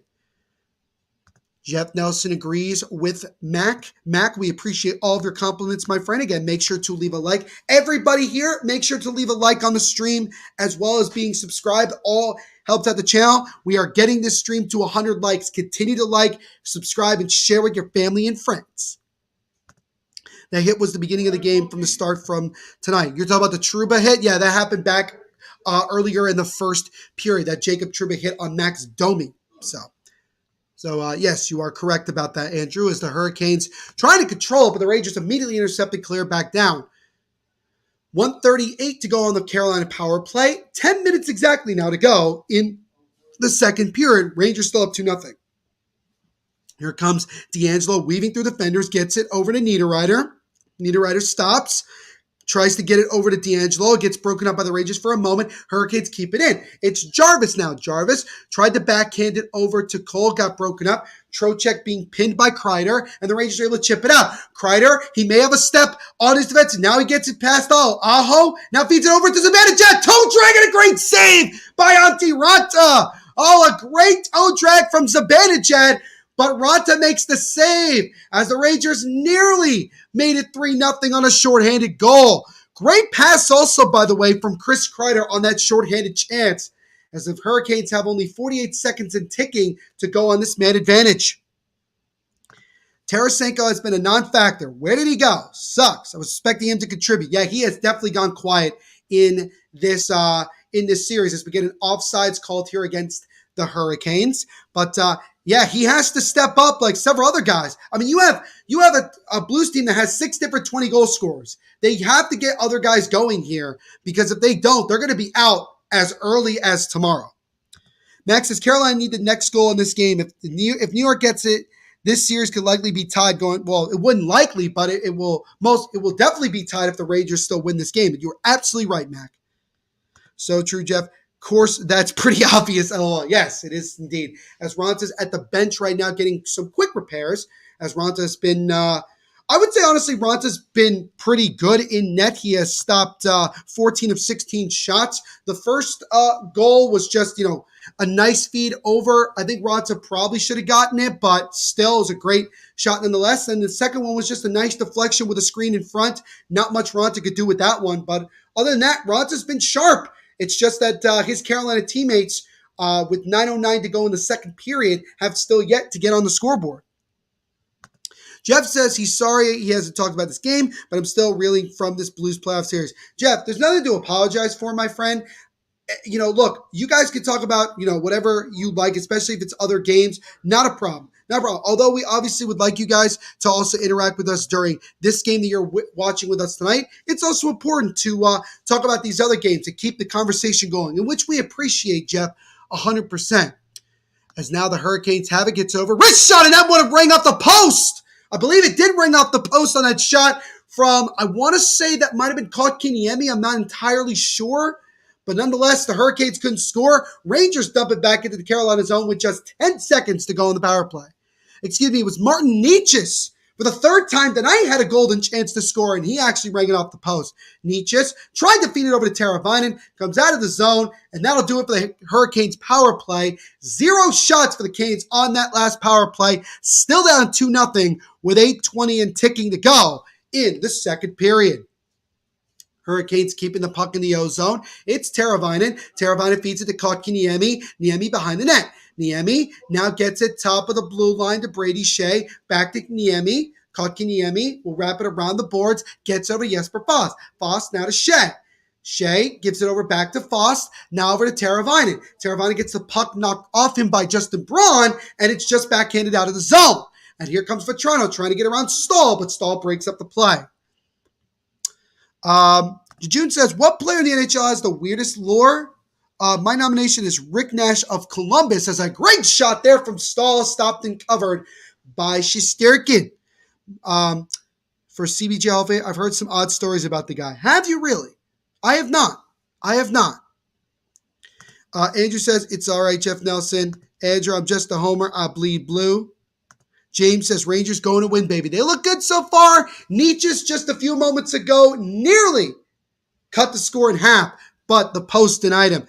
7:22 to go in the second period. Rangers still up 2-0. Damn, 0 shots on that power play. Not good. Not good at all. I mean, they don't count it as a shot on goal if you rang it off the post. So if you wanted to count that, you'd say there was one, but there were no shots on goal at all in that power play. That was not good by Carolina. Naughty Gamer 2020. My dad came back with my milk, guys. Love it. Love it, Naughty Gamer. Love that he came back. Make sure to leave a like on the stream while you're here. Naughty Gamer helps out the channel tremendously. We thank you for subscribing as well. Jeff says, I'm just afraid the Blues will be looking to go after Kadri. Just play the game, fellas. Just how it is. I think, honestly, Jeff, they got that out of their system in Game 4, which obviously you saw how much it cost them. And I think that Craig Berube, the head coach of the Blues, is going to get them to refocus on the task at hand, which is they got to win this next game to keep the series alive and keep their chances of winning that series alive. Liam asking, do I think the Hurricanes can come back? Oh, they certainly can. They have the offensive firepower to do so, and it's only 2-0. And I've seen teams come back from down bigger margins with less time. So yes, I think they can. Do I think they will come back? The way they've been playing tonight, it doesn't look like it. But again, anything can change. Jude says, I've heard that they wanted to hang his jockstrap instead of the jersey in the rafters. That's weird. That's definitely weird. Naughty Gamer says, done already, have been subbed. Well, again, Naughty Gamer, we appreciate you subscribing, but also make sure to leave a like on the stream as well. All of this is greatly appreciated. And again, guys, as I mentioned, we do have a donation button as well. And again, you don't have to donate. You don't have to at all. But if you do want to donate, you can. All donations go back to the host like myself. And if you do donate, I will give you a special shout out. Let's see here. I hope so. Thank goodness Twister isn't still there. Very true. Very true, Jeff. Blues can't worry about Kadri because if they do, he will hurt them again on the scoreboard like he did in Game 4 with the hat trick. That shows you that the hockey gods were fully with Mr. Nazem Kadri. Need to worry about playing their game when they're trying to take somebody out. You're absolutely right. You guys are absolutely right. Naughty Gamers from Toronto. And Andrew is from Oakville, Ontario. So we got a bunch of good old Canadian lads hanging out with us tonight, in which we appreciate always. 7 minutes to go here in the second. Rangers still leading it 2-0. I would say, though, the Hurricanes have been relatively the better team in this period. They've had more chances, but obviously they haven't cashed in yet. But we'll see if things can progress here. As it comes back out into the Rangers zone, as Adam Fox will play it. Shots are currently 17-16 in favor of the Rangers. As now Mott will chip it over to the right side. Here come the Rangers. Tries to stay on sides, and they cannot. So I'll have to dump it into the zone. As now here comes Ian Cole slowly up the other way for Carolina. Ian Cole, who had the game winner in overtime of Game 1 of this series. He dumps it into the right corner. Hedl intercepts it for the Rangers. Lafreniere tries to get it out. Taken away by Slavin. Slavin with a shot, and that one is patted aside by Shesterkin. Follow-up try there by Carolina, goes wide of the net, but the Hurricanes keep it in. Aho behind the net, loses it. Now Lindgren tries to get it out, and he just does. Tyler Mott chips it over into the right corner. Rangers keep it in. Hedl tried to feed it in front to his teammate, but it got broken up by Carolina. Jacob Trouba now back for the Rangers. He'll slow it up. Trouba now with it. Trouba will slowly make it up the center ice, gives it over to the left side to Kreider. Tries to get over Zibanejad, and he missed him. As now here comes Vincent Trocheck, will dump it back in, gives it over to Svechnikov. Svechnikov goes flying around the net, keeps the puck in. Now Hurricanes will set it up. Hurricanes take a shot, and that one is stopped by Shesterkin. Here come the Hurricanes again. Slavin feeds over to the right side. Open net, and he might have missed it. And the shot after that is blocked in front. Hurricanes keeping it in. Slavin, taken away by Zibanejad. Can the Rangers clear it out? They can. They'll lift it back into the Hurricane zone. Not enough for an icing, as Shea will have to go back and get it. So that one goes all the way down behind the Ranger net, and it'll be an icing. So face-off back in the Carolina zone. 5:01 to go in the second period. Rangers still up 2-0 here. Again, this is game 4 of this Eastern Conference semifinal matchup. We saw in that last shot by Martin Necas, who for the 4th time tonight had a chance to score. He actually had an opening, but the puck ended up going much closer to where Shesterkin was than where he wasn't. So Necas, who has had 4 chances that I've counted in this game, has still not scored. He has no goals but 3 assists. So he has gotten so close to getting his first goal of the playoffs and getting the Hurricanes on the board. He has been the most unlucky tonight for the Hurricanes. But again, if you're just tuning into this series, Hurricanes won the first 2 games. They won game 1 2-1 in overtime, won game 2 2-0. And then the Rangers won game number 3 by the score of 3-1. And the Rangers currently have the 2-0 lead late here in the second period. Rangers win. We are tied at 2 games apiece. If the Hurricanes come back and win, Hurricanes will go up 3-1 with a chance to clinch the series on home ice in Game 5 in Carolina on Thursday. It's an icing here against the Rangers. 4:37 to go in the second. Face-off back in the Rangers zone. But it's still been a pretty exciting game despite, not a lot of goals, but that's what you expect. Rangers, most saves through 10 games, franchise playoff history. Igor Shesterkin now has the most with, I think I saw it was at 339, which is pretty impressive. He's passed Mike Richter on that list. So that's a pretty big guy to pass. As that deflected shot, that tip by Max Domi goes up and out of play. As Slavin tried to feed Domi there for the deflection, couldn't get it in. But yeah, man, again, Rangers really, really are playing solid hockey. I would say that the Hurricanes have definitely been better in this second period. They've had some chances to score. They've been on the power play a couple of times, but they have not cashed in. And if they don't take advantage of those opportunities soon, the Rangers are really going to be able to control the rest of this game and come away with a win. But while we have a quick stop and play, we're going to step aside for a quick moment to get another word from our sponsors.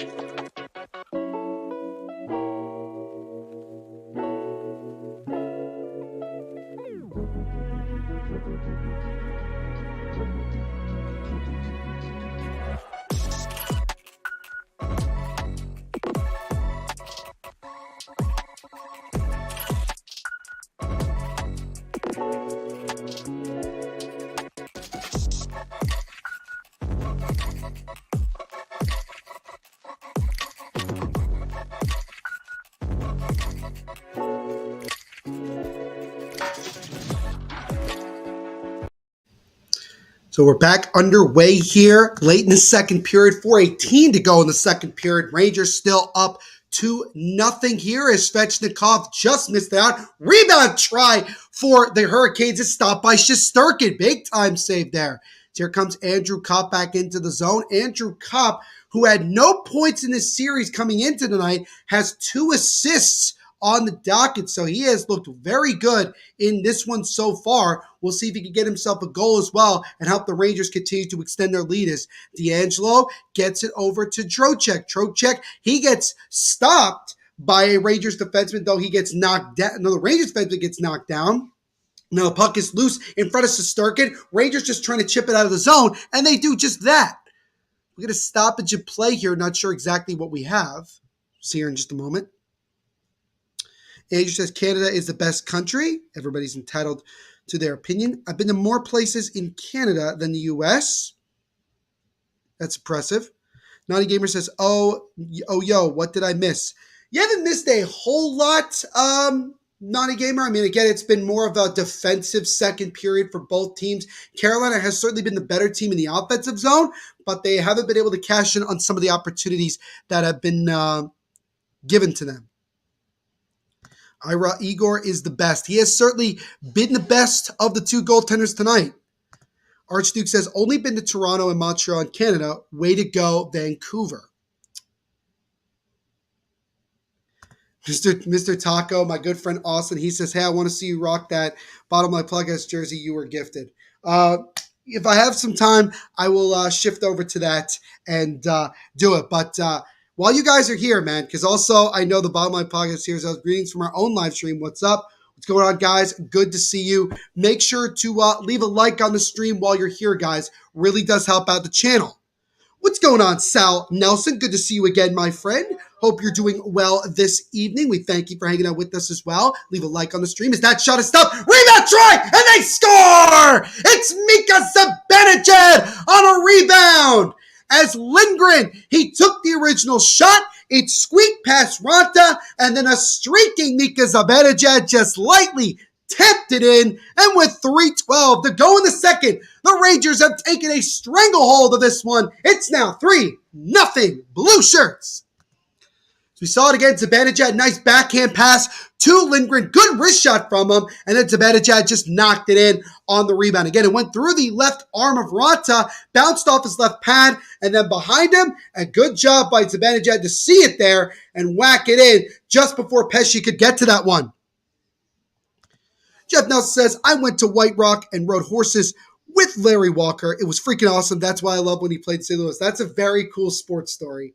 Jeff, very cool. Mika Zibanejad, 10th career playoff goal, second in the last 2 games. It comes with 3:12 to go in the second to give the Rangers the 3-0 lead.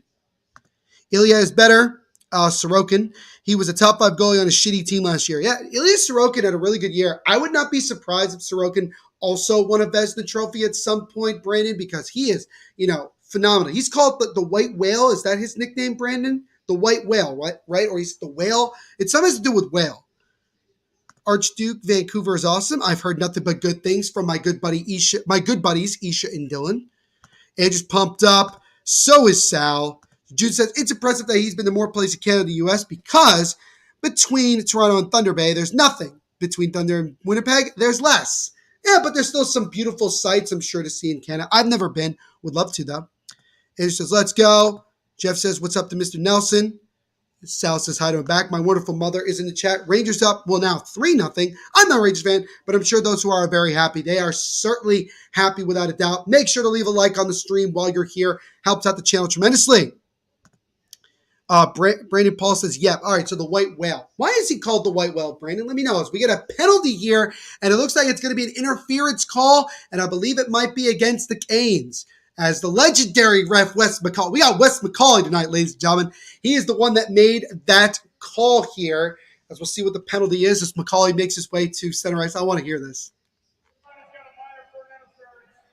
All right, so that wasn't really that great of a call there. As it's Brendan Smith, the former Ranger, who ended up cross-checking a little bit Kevin Rooney in the face and that resulted in a penalty. So with 2:01 to go in the second, and the Rangers up 3-0, Rangers have a chance here on this power play to get their second of the night and really, really put this one out of reach with it being 4-0. Rangers 1 for 2 on the power play with 7 shots. They are 2 for 9 overall in the series.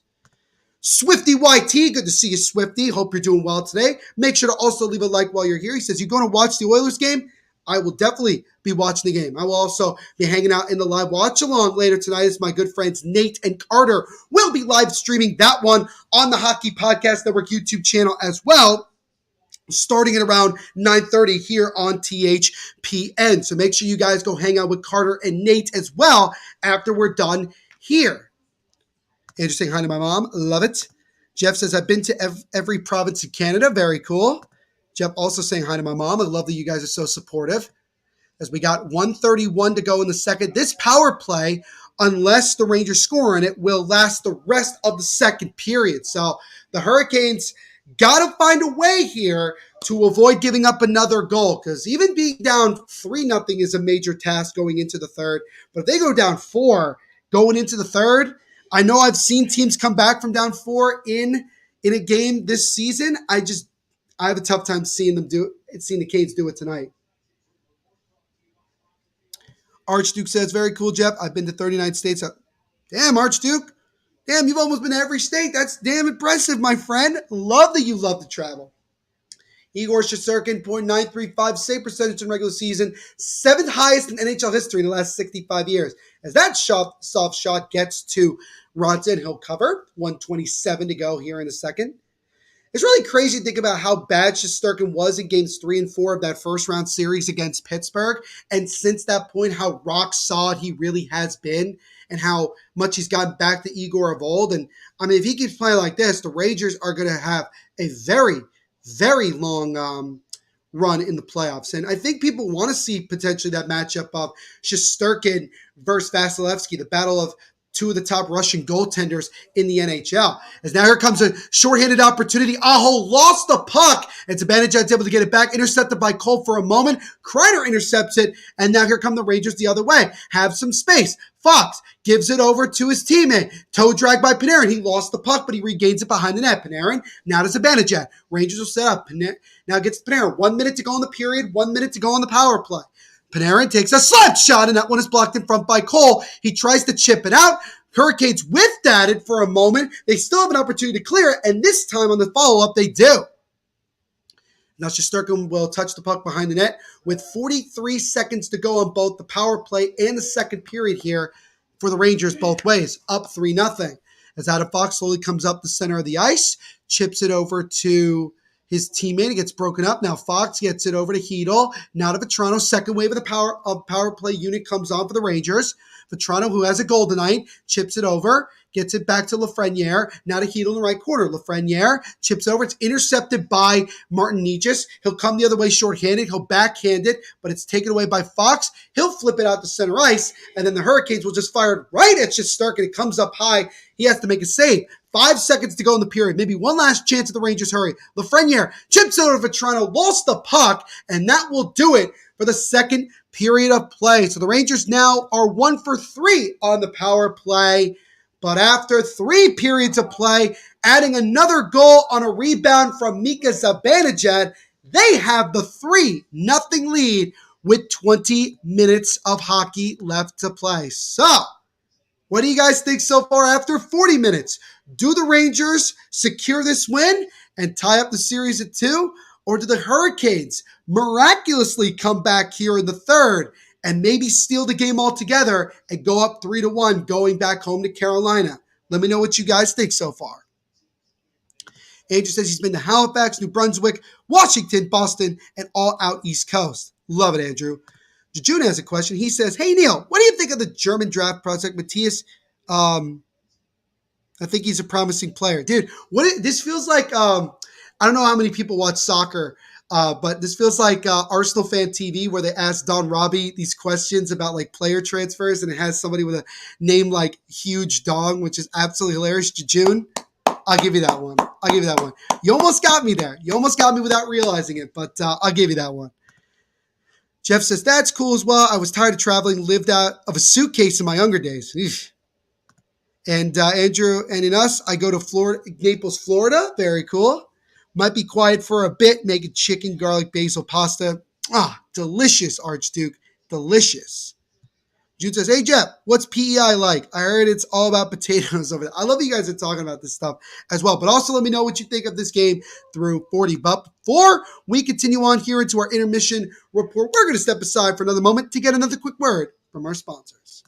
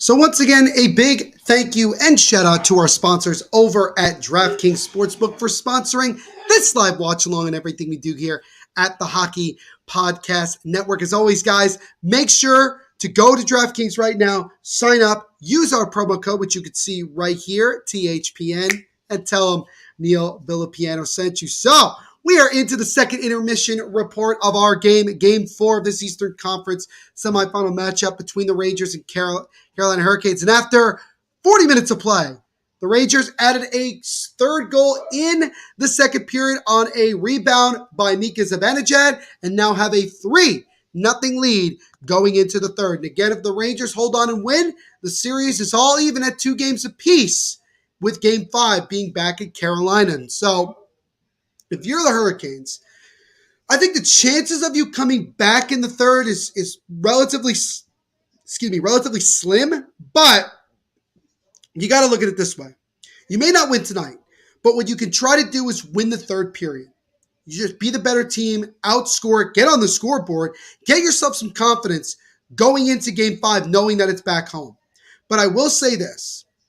I know that the Hurricanes don't necessarily have to win a game on the road in this series because they have the home ice advantage, but at some point they're going to have to win a game on the road if they want to make a run to win the cup. They have to. They have to. So it's something to keep in mind, and especially if, let's say if they potentially lose Game 5 at home and go down 3-2 to the Rangers with Game 6 in the Garden, you're going to have to win a game on the road. So there's going to have to come a point.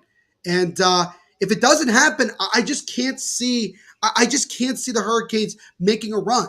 That's the thing I'm seeing right now. As Hurricanes power play tonight, they have one shot attempt, while the Rangers penalty kill actually has one shot attempt. That shot attempt by the Hurricanes didn't even register as a shot on goal, while the one shot from the Rangers penalty kill actually registered as a shot on goal. So, yeah, I mean, this is definitely, that's one of the many things that the Hurricanes have struggled to do in this series, no doubt. But let's see here. What's going on, Cheesy Bacon Burger in that mouth? Thank you so much for leaving a comment and saying hi, man. We appreciate it. Leave a like on the stream while you're here. And Cheesy Bacon, I'm glad you're here because, ladies and gentlemen, you see our good friend Burger in that mouth. He's got a little logo next to him on the right. His name comes up in green here in the chat. That's because Cheesy Bacon Burger in that mouth is an exclusive member of the Hockey Podcast Network. And I know that might sound interesting to a lot of you. You might ask, Neil, how does one become an exclusive member of the Hockey Podcast Network YouTube channel? Well, I'm glad you asked, my good friend.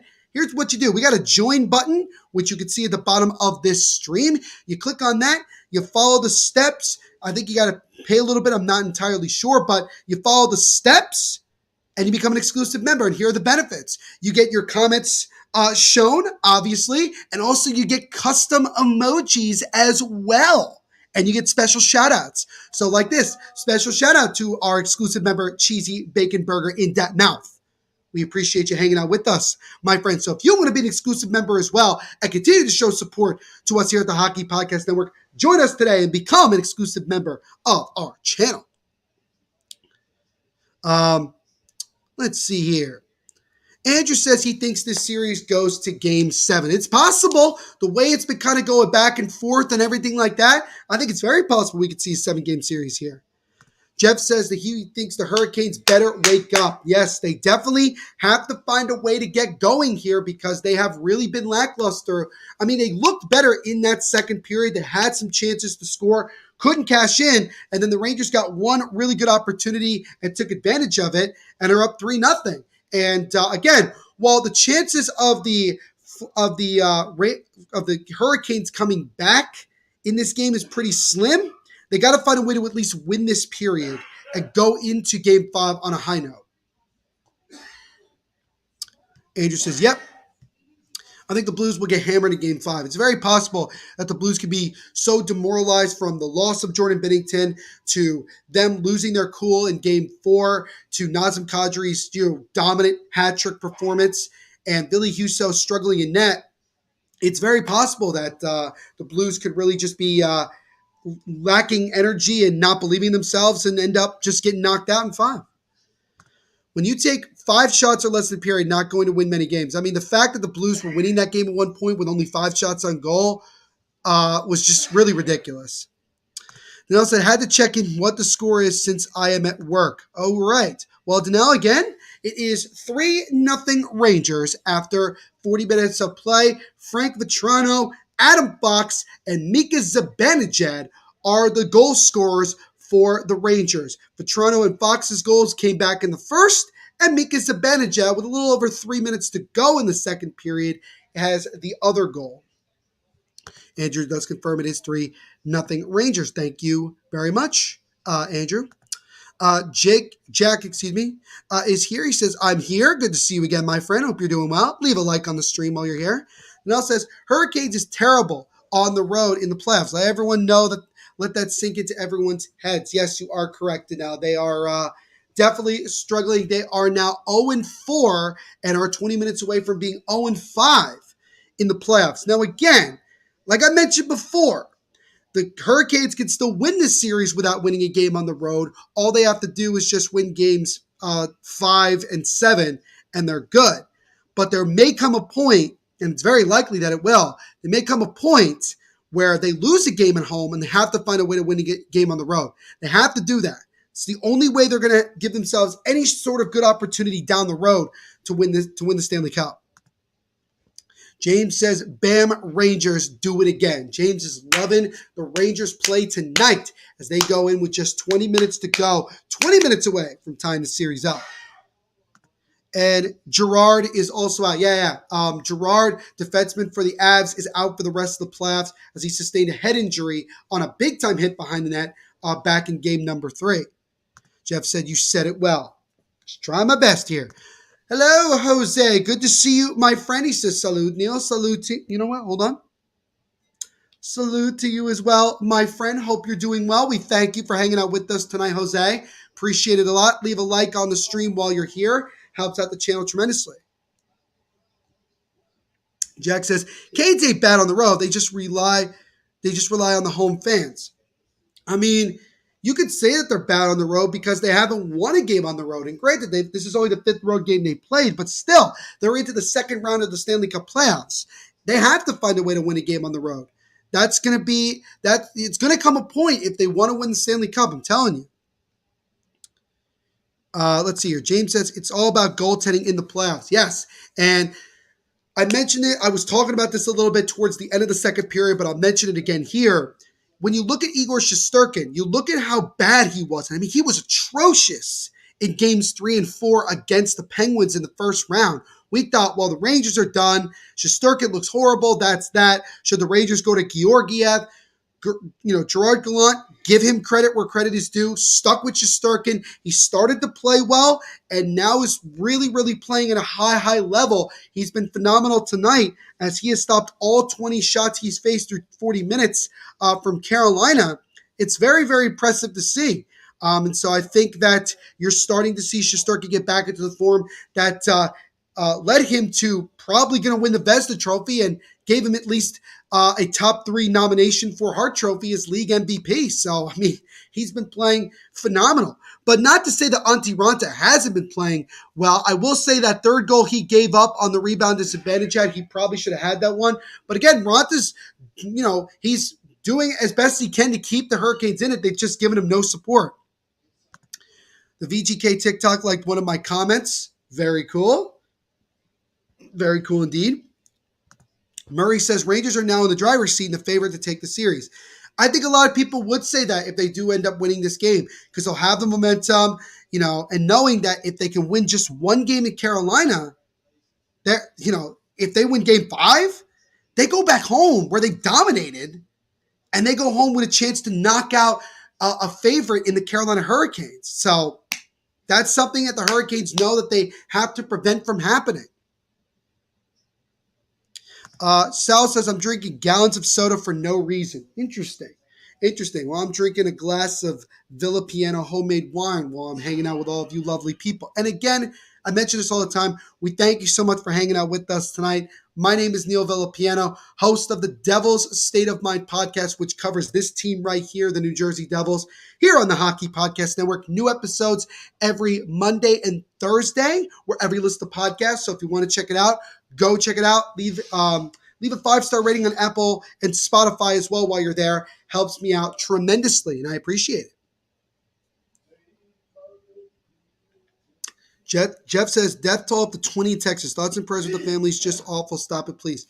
So, wow, it actually, because again, if you don't know what happened, there was a very unfortunate elementary school shooting that happened earlier today in Texas. And at the time when we started the stream, it was reported 14 children and 1 teacher were found dead. And now apparently, according to Jeff, it's now up to 20. So again, our thoughts and prayers are with those people, and we have to find a way to make change to prevent these horrific acts from happening. And again, I don't know exactly what the right change needs to be, but we need to make change because these things happening so many different times is absolutely ridiculous. Jack says, I have a trivia thing to ask you, Neil, in chat. Why was number 58 retired by the Golden Knights? Number 58 was retired by the team on March 31st, 2018 in honor of the 58 victims killed in the 2017 Las Vegas shooting. Yes, I do remember that. And the city really rallied around the Golden Knights, and it was a very emotional time. But I'm glad that Jack, that the Golden Knights did that because that was a big honor for them. Jack says, cancel the USA. Hashtag Canada is better. And, every country's got a lot of bad problems, and the United States is certainly up there, and they have to find a way to fix these issues and prevent these horrible things from happening in the future. I was at the hotel 1 week before the shooting's crazy. You just never know these days. You never do. And all you could do really is to just continue to remind yourself and be grateful for the things that you have and take advantage of every day you have on this planet because you never know when horrible things like that can happen. But before we get ready for the third period here, guys, we're going to step aside for another moment to get another quick word from our sponsors.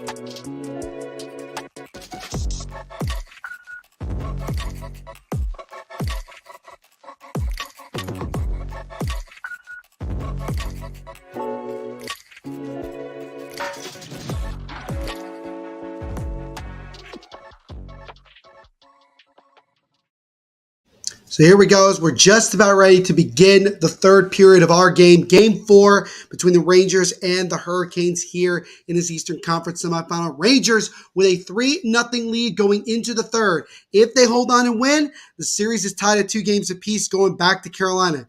The Hurricanes somehow come back and win. They go up 3-1 with a chance to end the series in 5 with Game 5, as I just mentioned, in Carolina. So we got some comments here. James says, Neil, I see the Flyers interviewed John Tortorella. How long would he last with the Flyers if hired? Probably like maybe 2 seasons. I don't know why the Flyers would go after somebody like Torts when it looks like they're most likely going to rebuild, unless they don't feel like they need to. I don't know. It's an interesting decision there. And he says, we just had a long weekend in Canada and then this happened. Yeah, I know. It is tough. It is definitely not great. Jack says, Neil, can we make you order pizza, please? I'll do that one time on the stream. I'll do it one time on the stream where you guys will tell me what to get from a pizza place. All right? I'll make that deal with you guys. Don't forget the Toronto accident, too, in 2017. That is true. But we are now underway here in the third. Again, Rangers up 3-0. And we'll see if the Hurricanes can do something. Here's a backhand try right away by Stahl. Is kicked aside, by Shesterkin. Our long weekend is this weekend in the U.S. Hope to be safe. Yeah, I know. I've seen some crazy stuff even in just my area with this like massive gathering by the boardwalk, which turned into like a bunch of fights and stuff and arrests. It was crazy, and I'm just hoping that people stay safe and make the right decisions. Hurricanes this season have 1 comeback win from 3+ goals. They have not done that in the regulars and in the playoffs yet.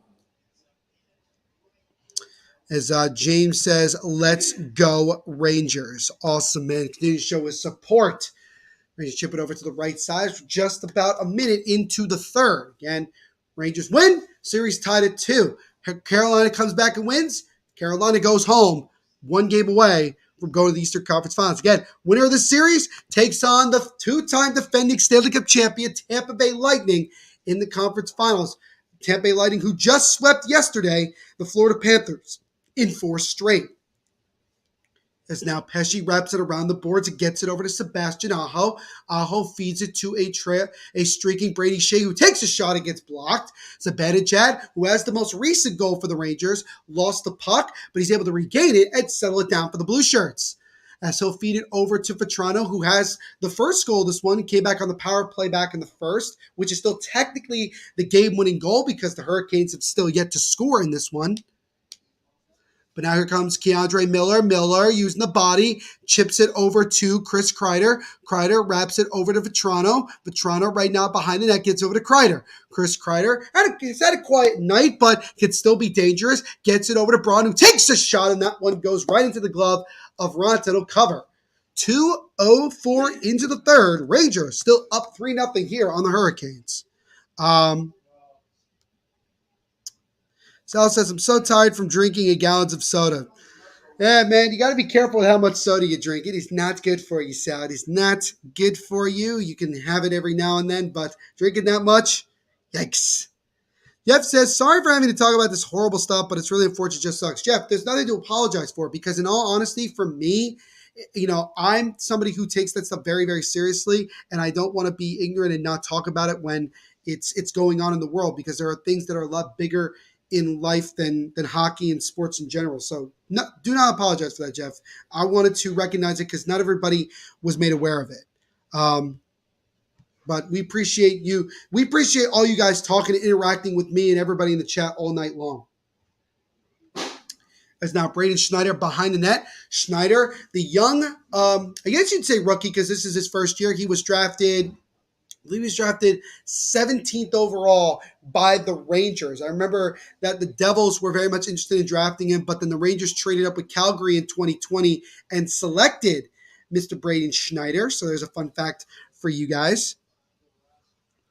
As that shot from afar is easily patted aside by Ronta. As now Ian Cole will bring it back behind his own net and set up for the Hurricanes as we're exactly 3 minutes into the third here, with the Rangers still holding on to a 3-0 lead.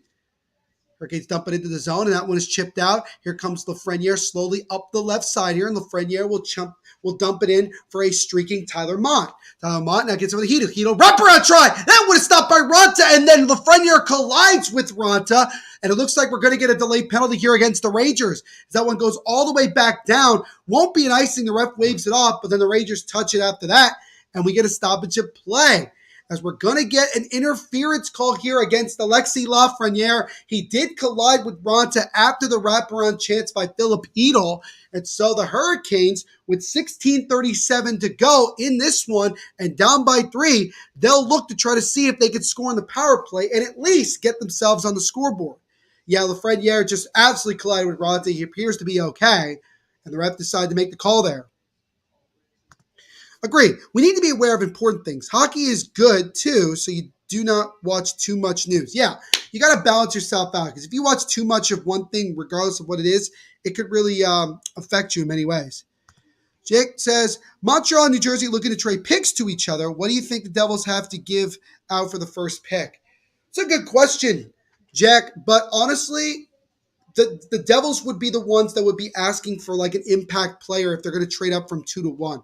I think the smartest thing, honestly, for the Devils is to just stick at number 2, draft Slavkovsky, who I still think is going to end up being that second guy. If not, you're going to end up drafting Shane Wright with number 2 if Montreal decides to go with Slavkovsky.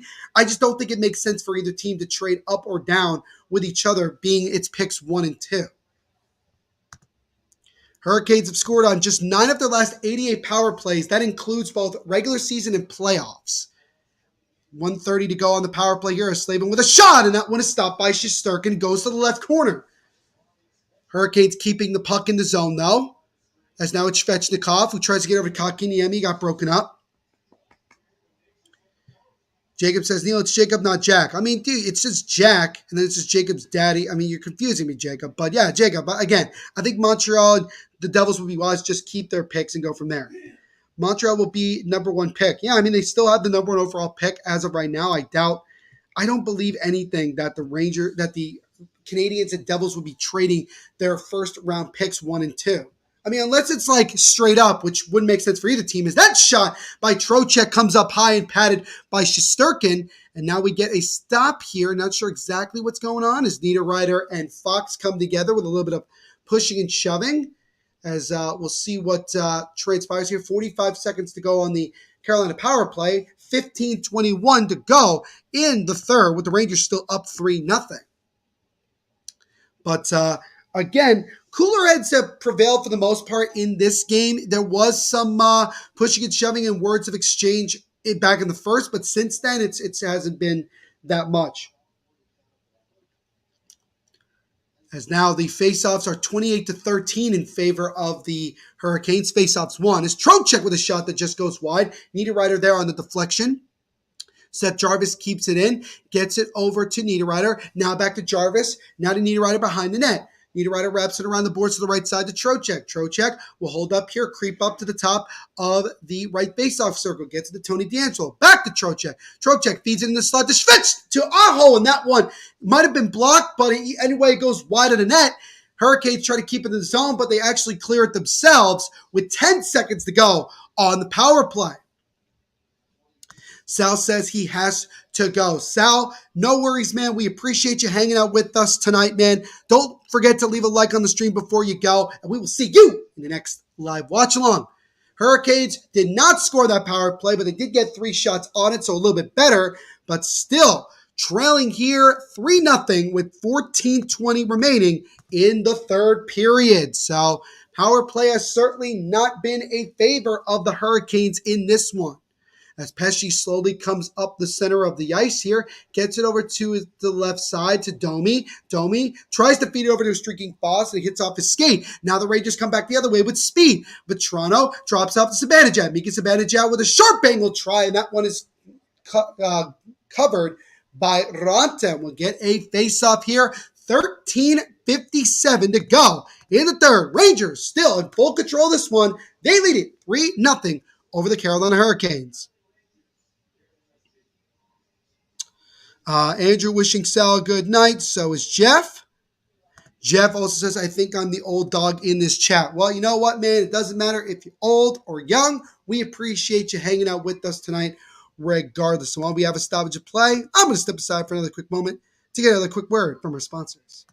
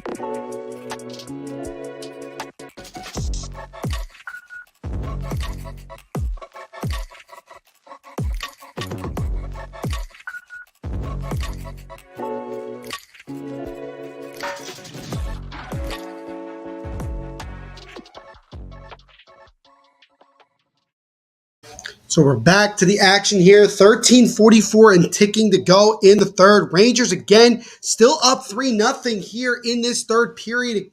If the Rangers win, series is tied at 2 games apiece. Going back to Carolina Hurricanes, if they can come back in the next 13 and a half minutes, if they win, they come back and win, they'll go up 3-1 with a chance to end the series in Carolina.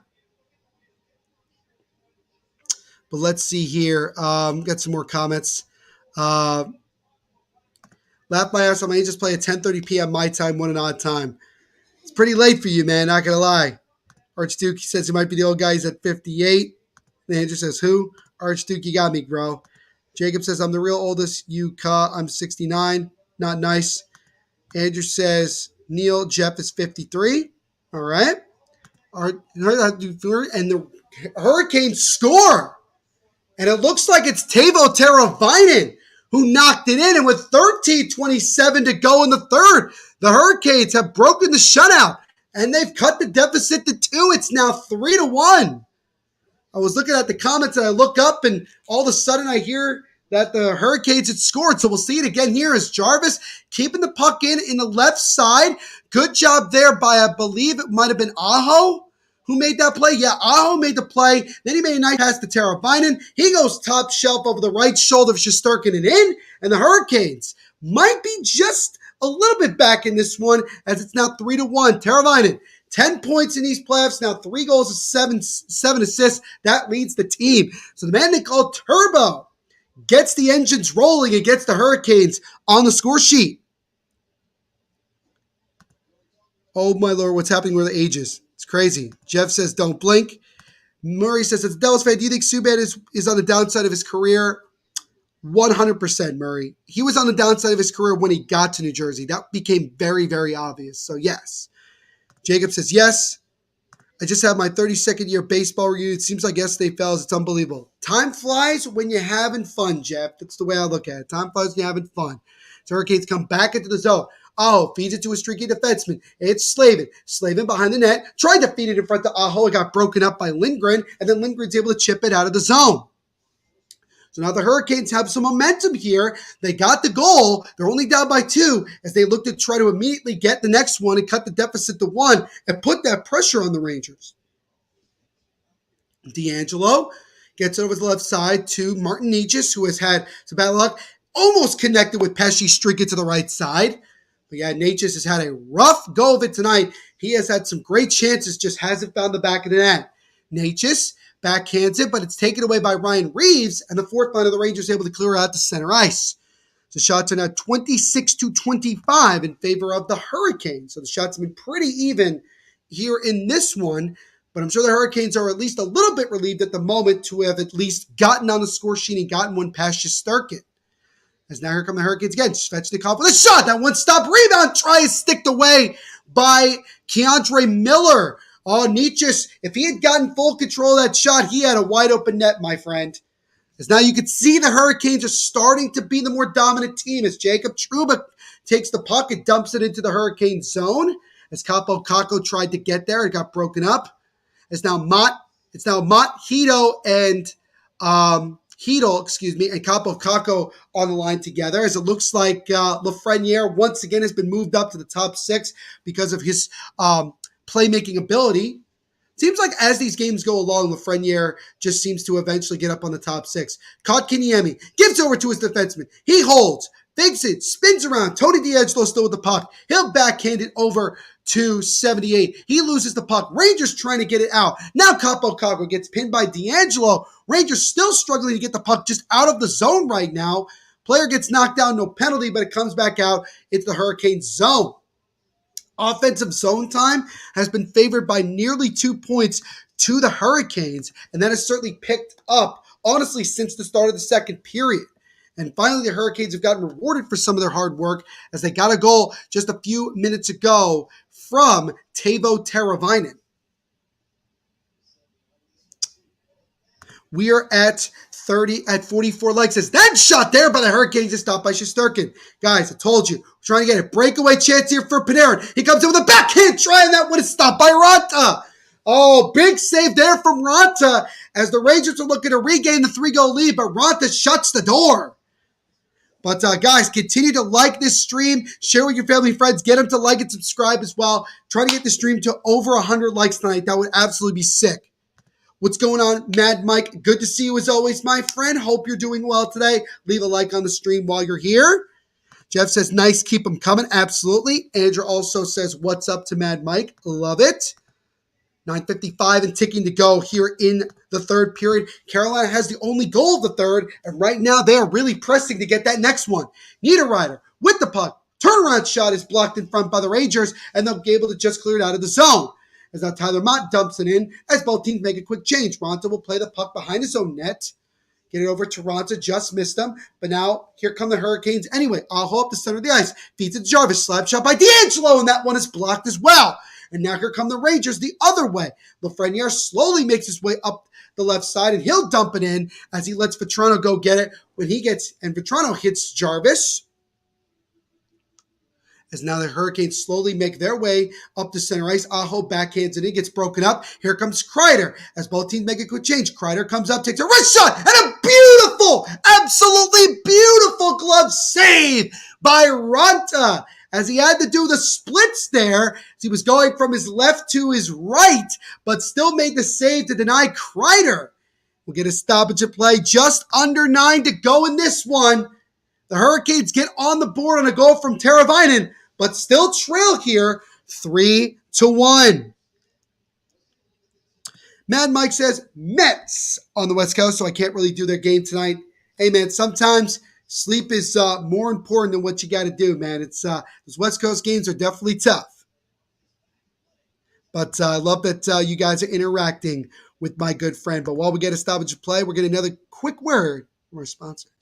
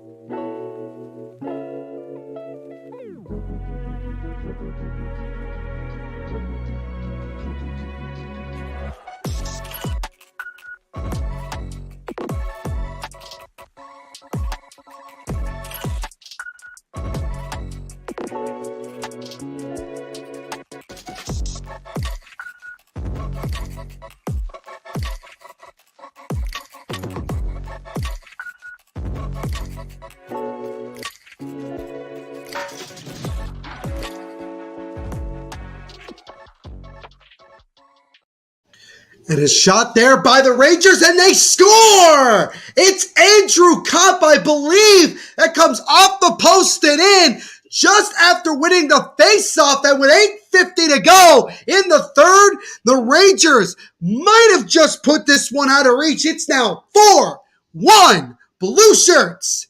As it was a turnover by Brady Shea, Rangers come back into the zone. Copp fed it over to Strome, who gave it right back to Andrew Copp, and he buried it. We'll see it again. Copp getting it. It hit off the post. It hit off both posts, actually. Right post and then left, and it went right in. And Andrew Copp, with his third point of the game, a goal and 2 assists. And he makes it 4-1 Rangers with just 8:44 to go in this one. What's going on, HBF? Good to see you, my friend. Hope you're doing well today. We appreciate you hanging out with us. Leave a like on the stream while you're here. He says, yo, Neil, what's up? What's up, man? Thank you for hanging out with us. Andrew says, interesting. Does anyone think the Blues have a shot at a comeback? Me personally, no. He says, no. Jacob says, no. Jeff also says, no. Bam, another Rangers score for the Rangers. HBF said he just made some TikToks. Very, very cool. Lights out for the Canes. Murray says yes. I feel at this point with 8.5 minutes to go in this one, it's pretty much over. Andrew Copp, a goal, 2 assists in 14.5 minutes of ice time. He is definitely been a big man, a big factor in this one, showcasing why the Rangers wanted to get him so badly at the deadline from Winnipeg. Playing very, very well tonight. And what's interesting there is New York Rangers, 4 players with 2+ points tonight. Zibanejad, only Ranger with 2+ points in games 1 through 3. So it's been a little bit more of a team effort, so to speak, from the Rangers. It hasn't been their big guys necessarily. Zibanejad does have a goal, so does Fox. But, Vetrano and Andrew Copp as well, making contributions. So is Lindgren, who's got a couple of assists. It's a overall, very good team effort so far. As that pass in front of Eschi got broken up. Now it's chipped out. Tyler Mott trying to get around. He cannot.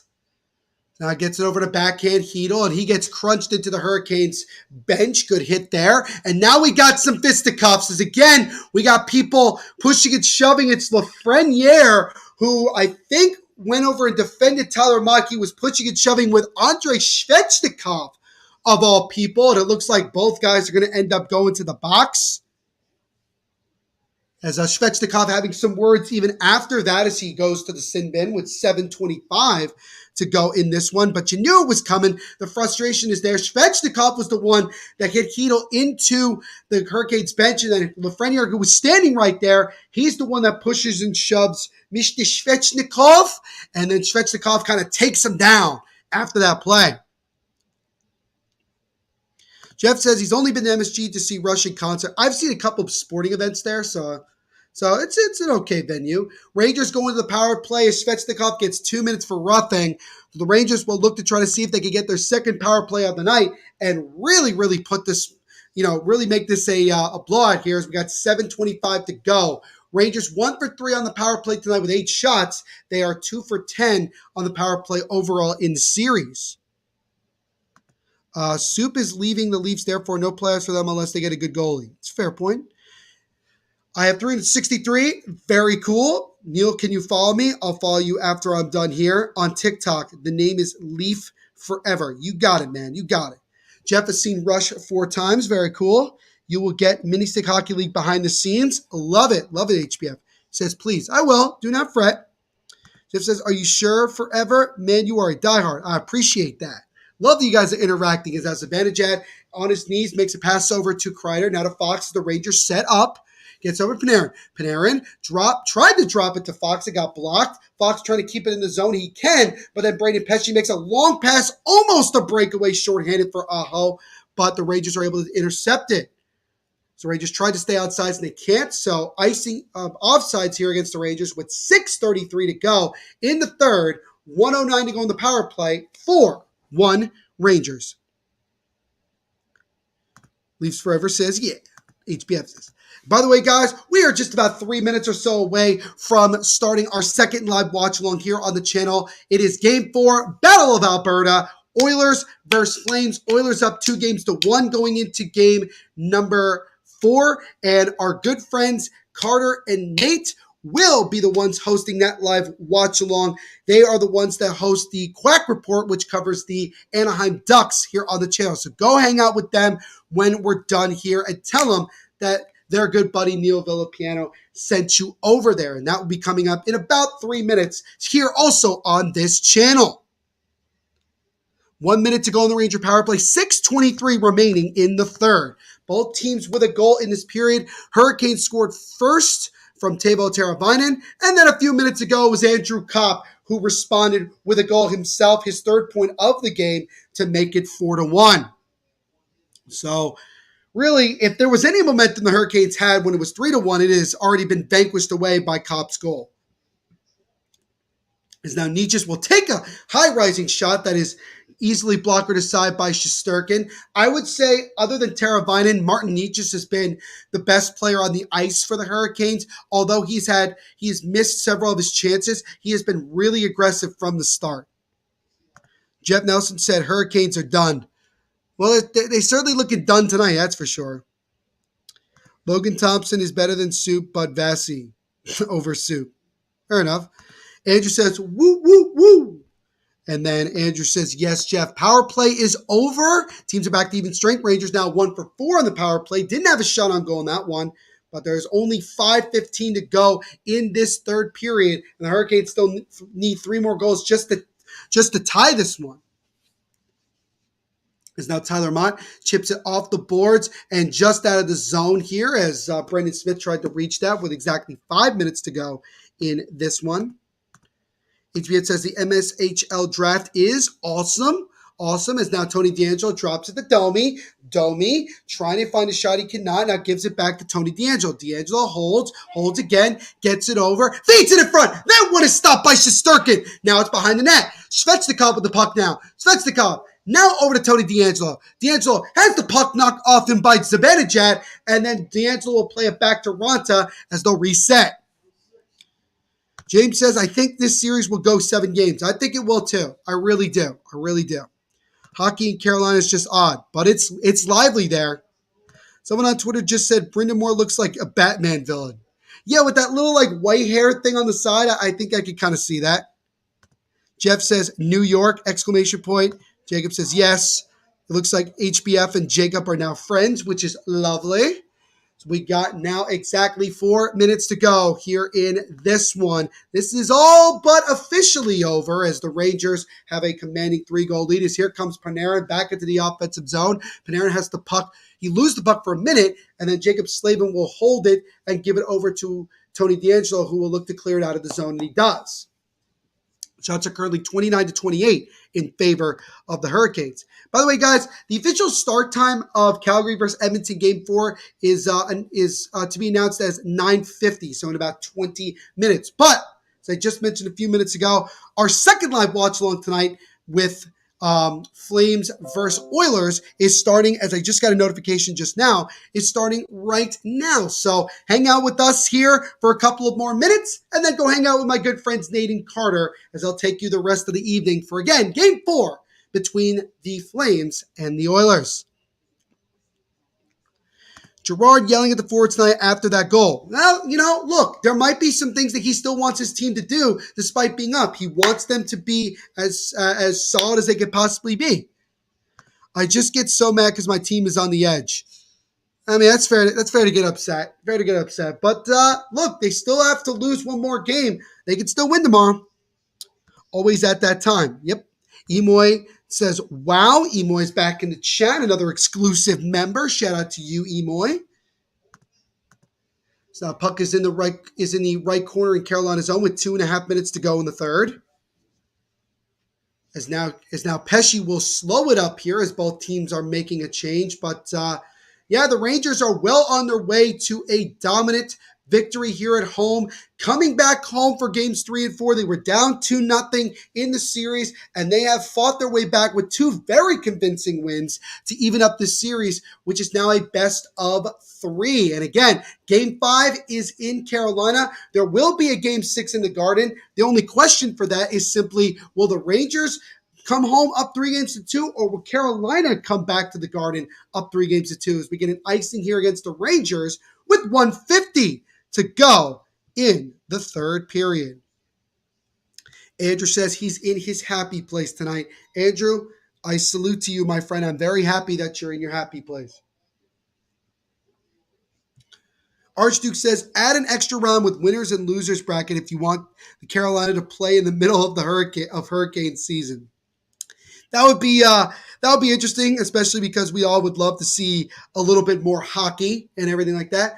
Home team won each of first 10 playoff games, single postseason all time. Maple Leafs in 1962, which was their first 11. Also Maple Leafs again in 1976. Again, the Hurricanes are 6-0 at home, but 0-4, about to be 0-5 on the road. They have a plus 15 goal differential at home and a minus 13 goal differential on the road. So I'm sure that the Hurricanes will be very glad to be going back to the PNC Arena for Game 5, looking to regroup. We got less than 90 seconds to go in this one. Neil, the Devils will play next Monday in the Mini Stick Hockey League. Thank you for that update, HBF. I appreciate it. Jacob says if we take Game 5 and come back to MSG up 3-2, I think we got this. I agree with you, Jacob. I think if the Rangers steal Game 5 in Raleigh, I think they end up winning the series, because I think the Hurricanes will look at it and say, well, we have to win a game on the road. Can we do it? I don't know. 1 minute to go in this one, as both teams looks like they're just going to probably just try to let the clock run and end this one as the Rangers fans begin to rise at MSG. White rally towels going right now, as they are going to be very happy to be leaving the Garden with the series tied at 2 games apiece, as now Trouba has it behind his own net, and he'll just chip it back out to center ice, where Pesce will stop it with 30 seconds to go in this one. You are correct, Andrew. The winner of the series does play the Tampa Bay Lightning in the Eastern Conference Finals. Jacob says, if this goes 7, will Canes be at home or away? They will be at home, Jacob. They will be at home for Game 7. So the Hurricanes can still win the series, just like they did against Boston, where they lost every single game on the road, but won every game at home. So there's that.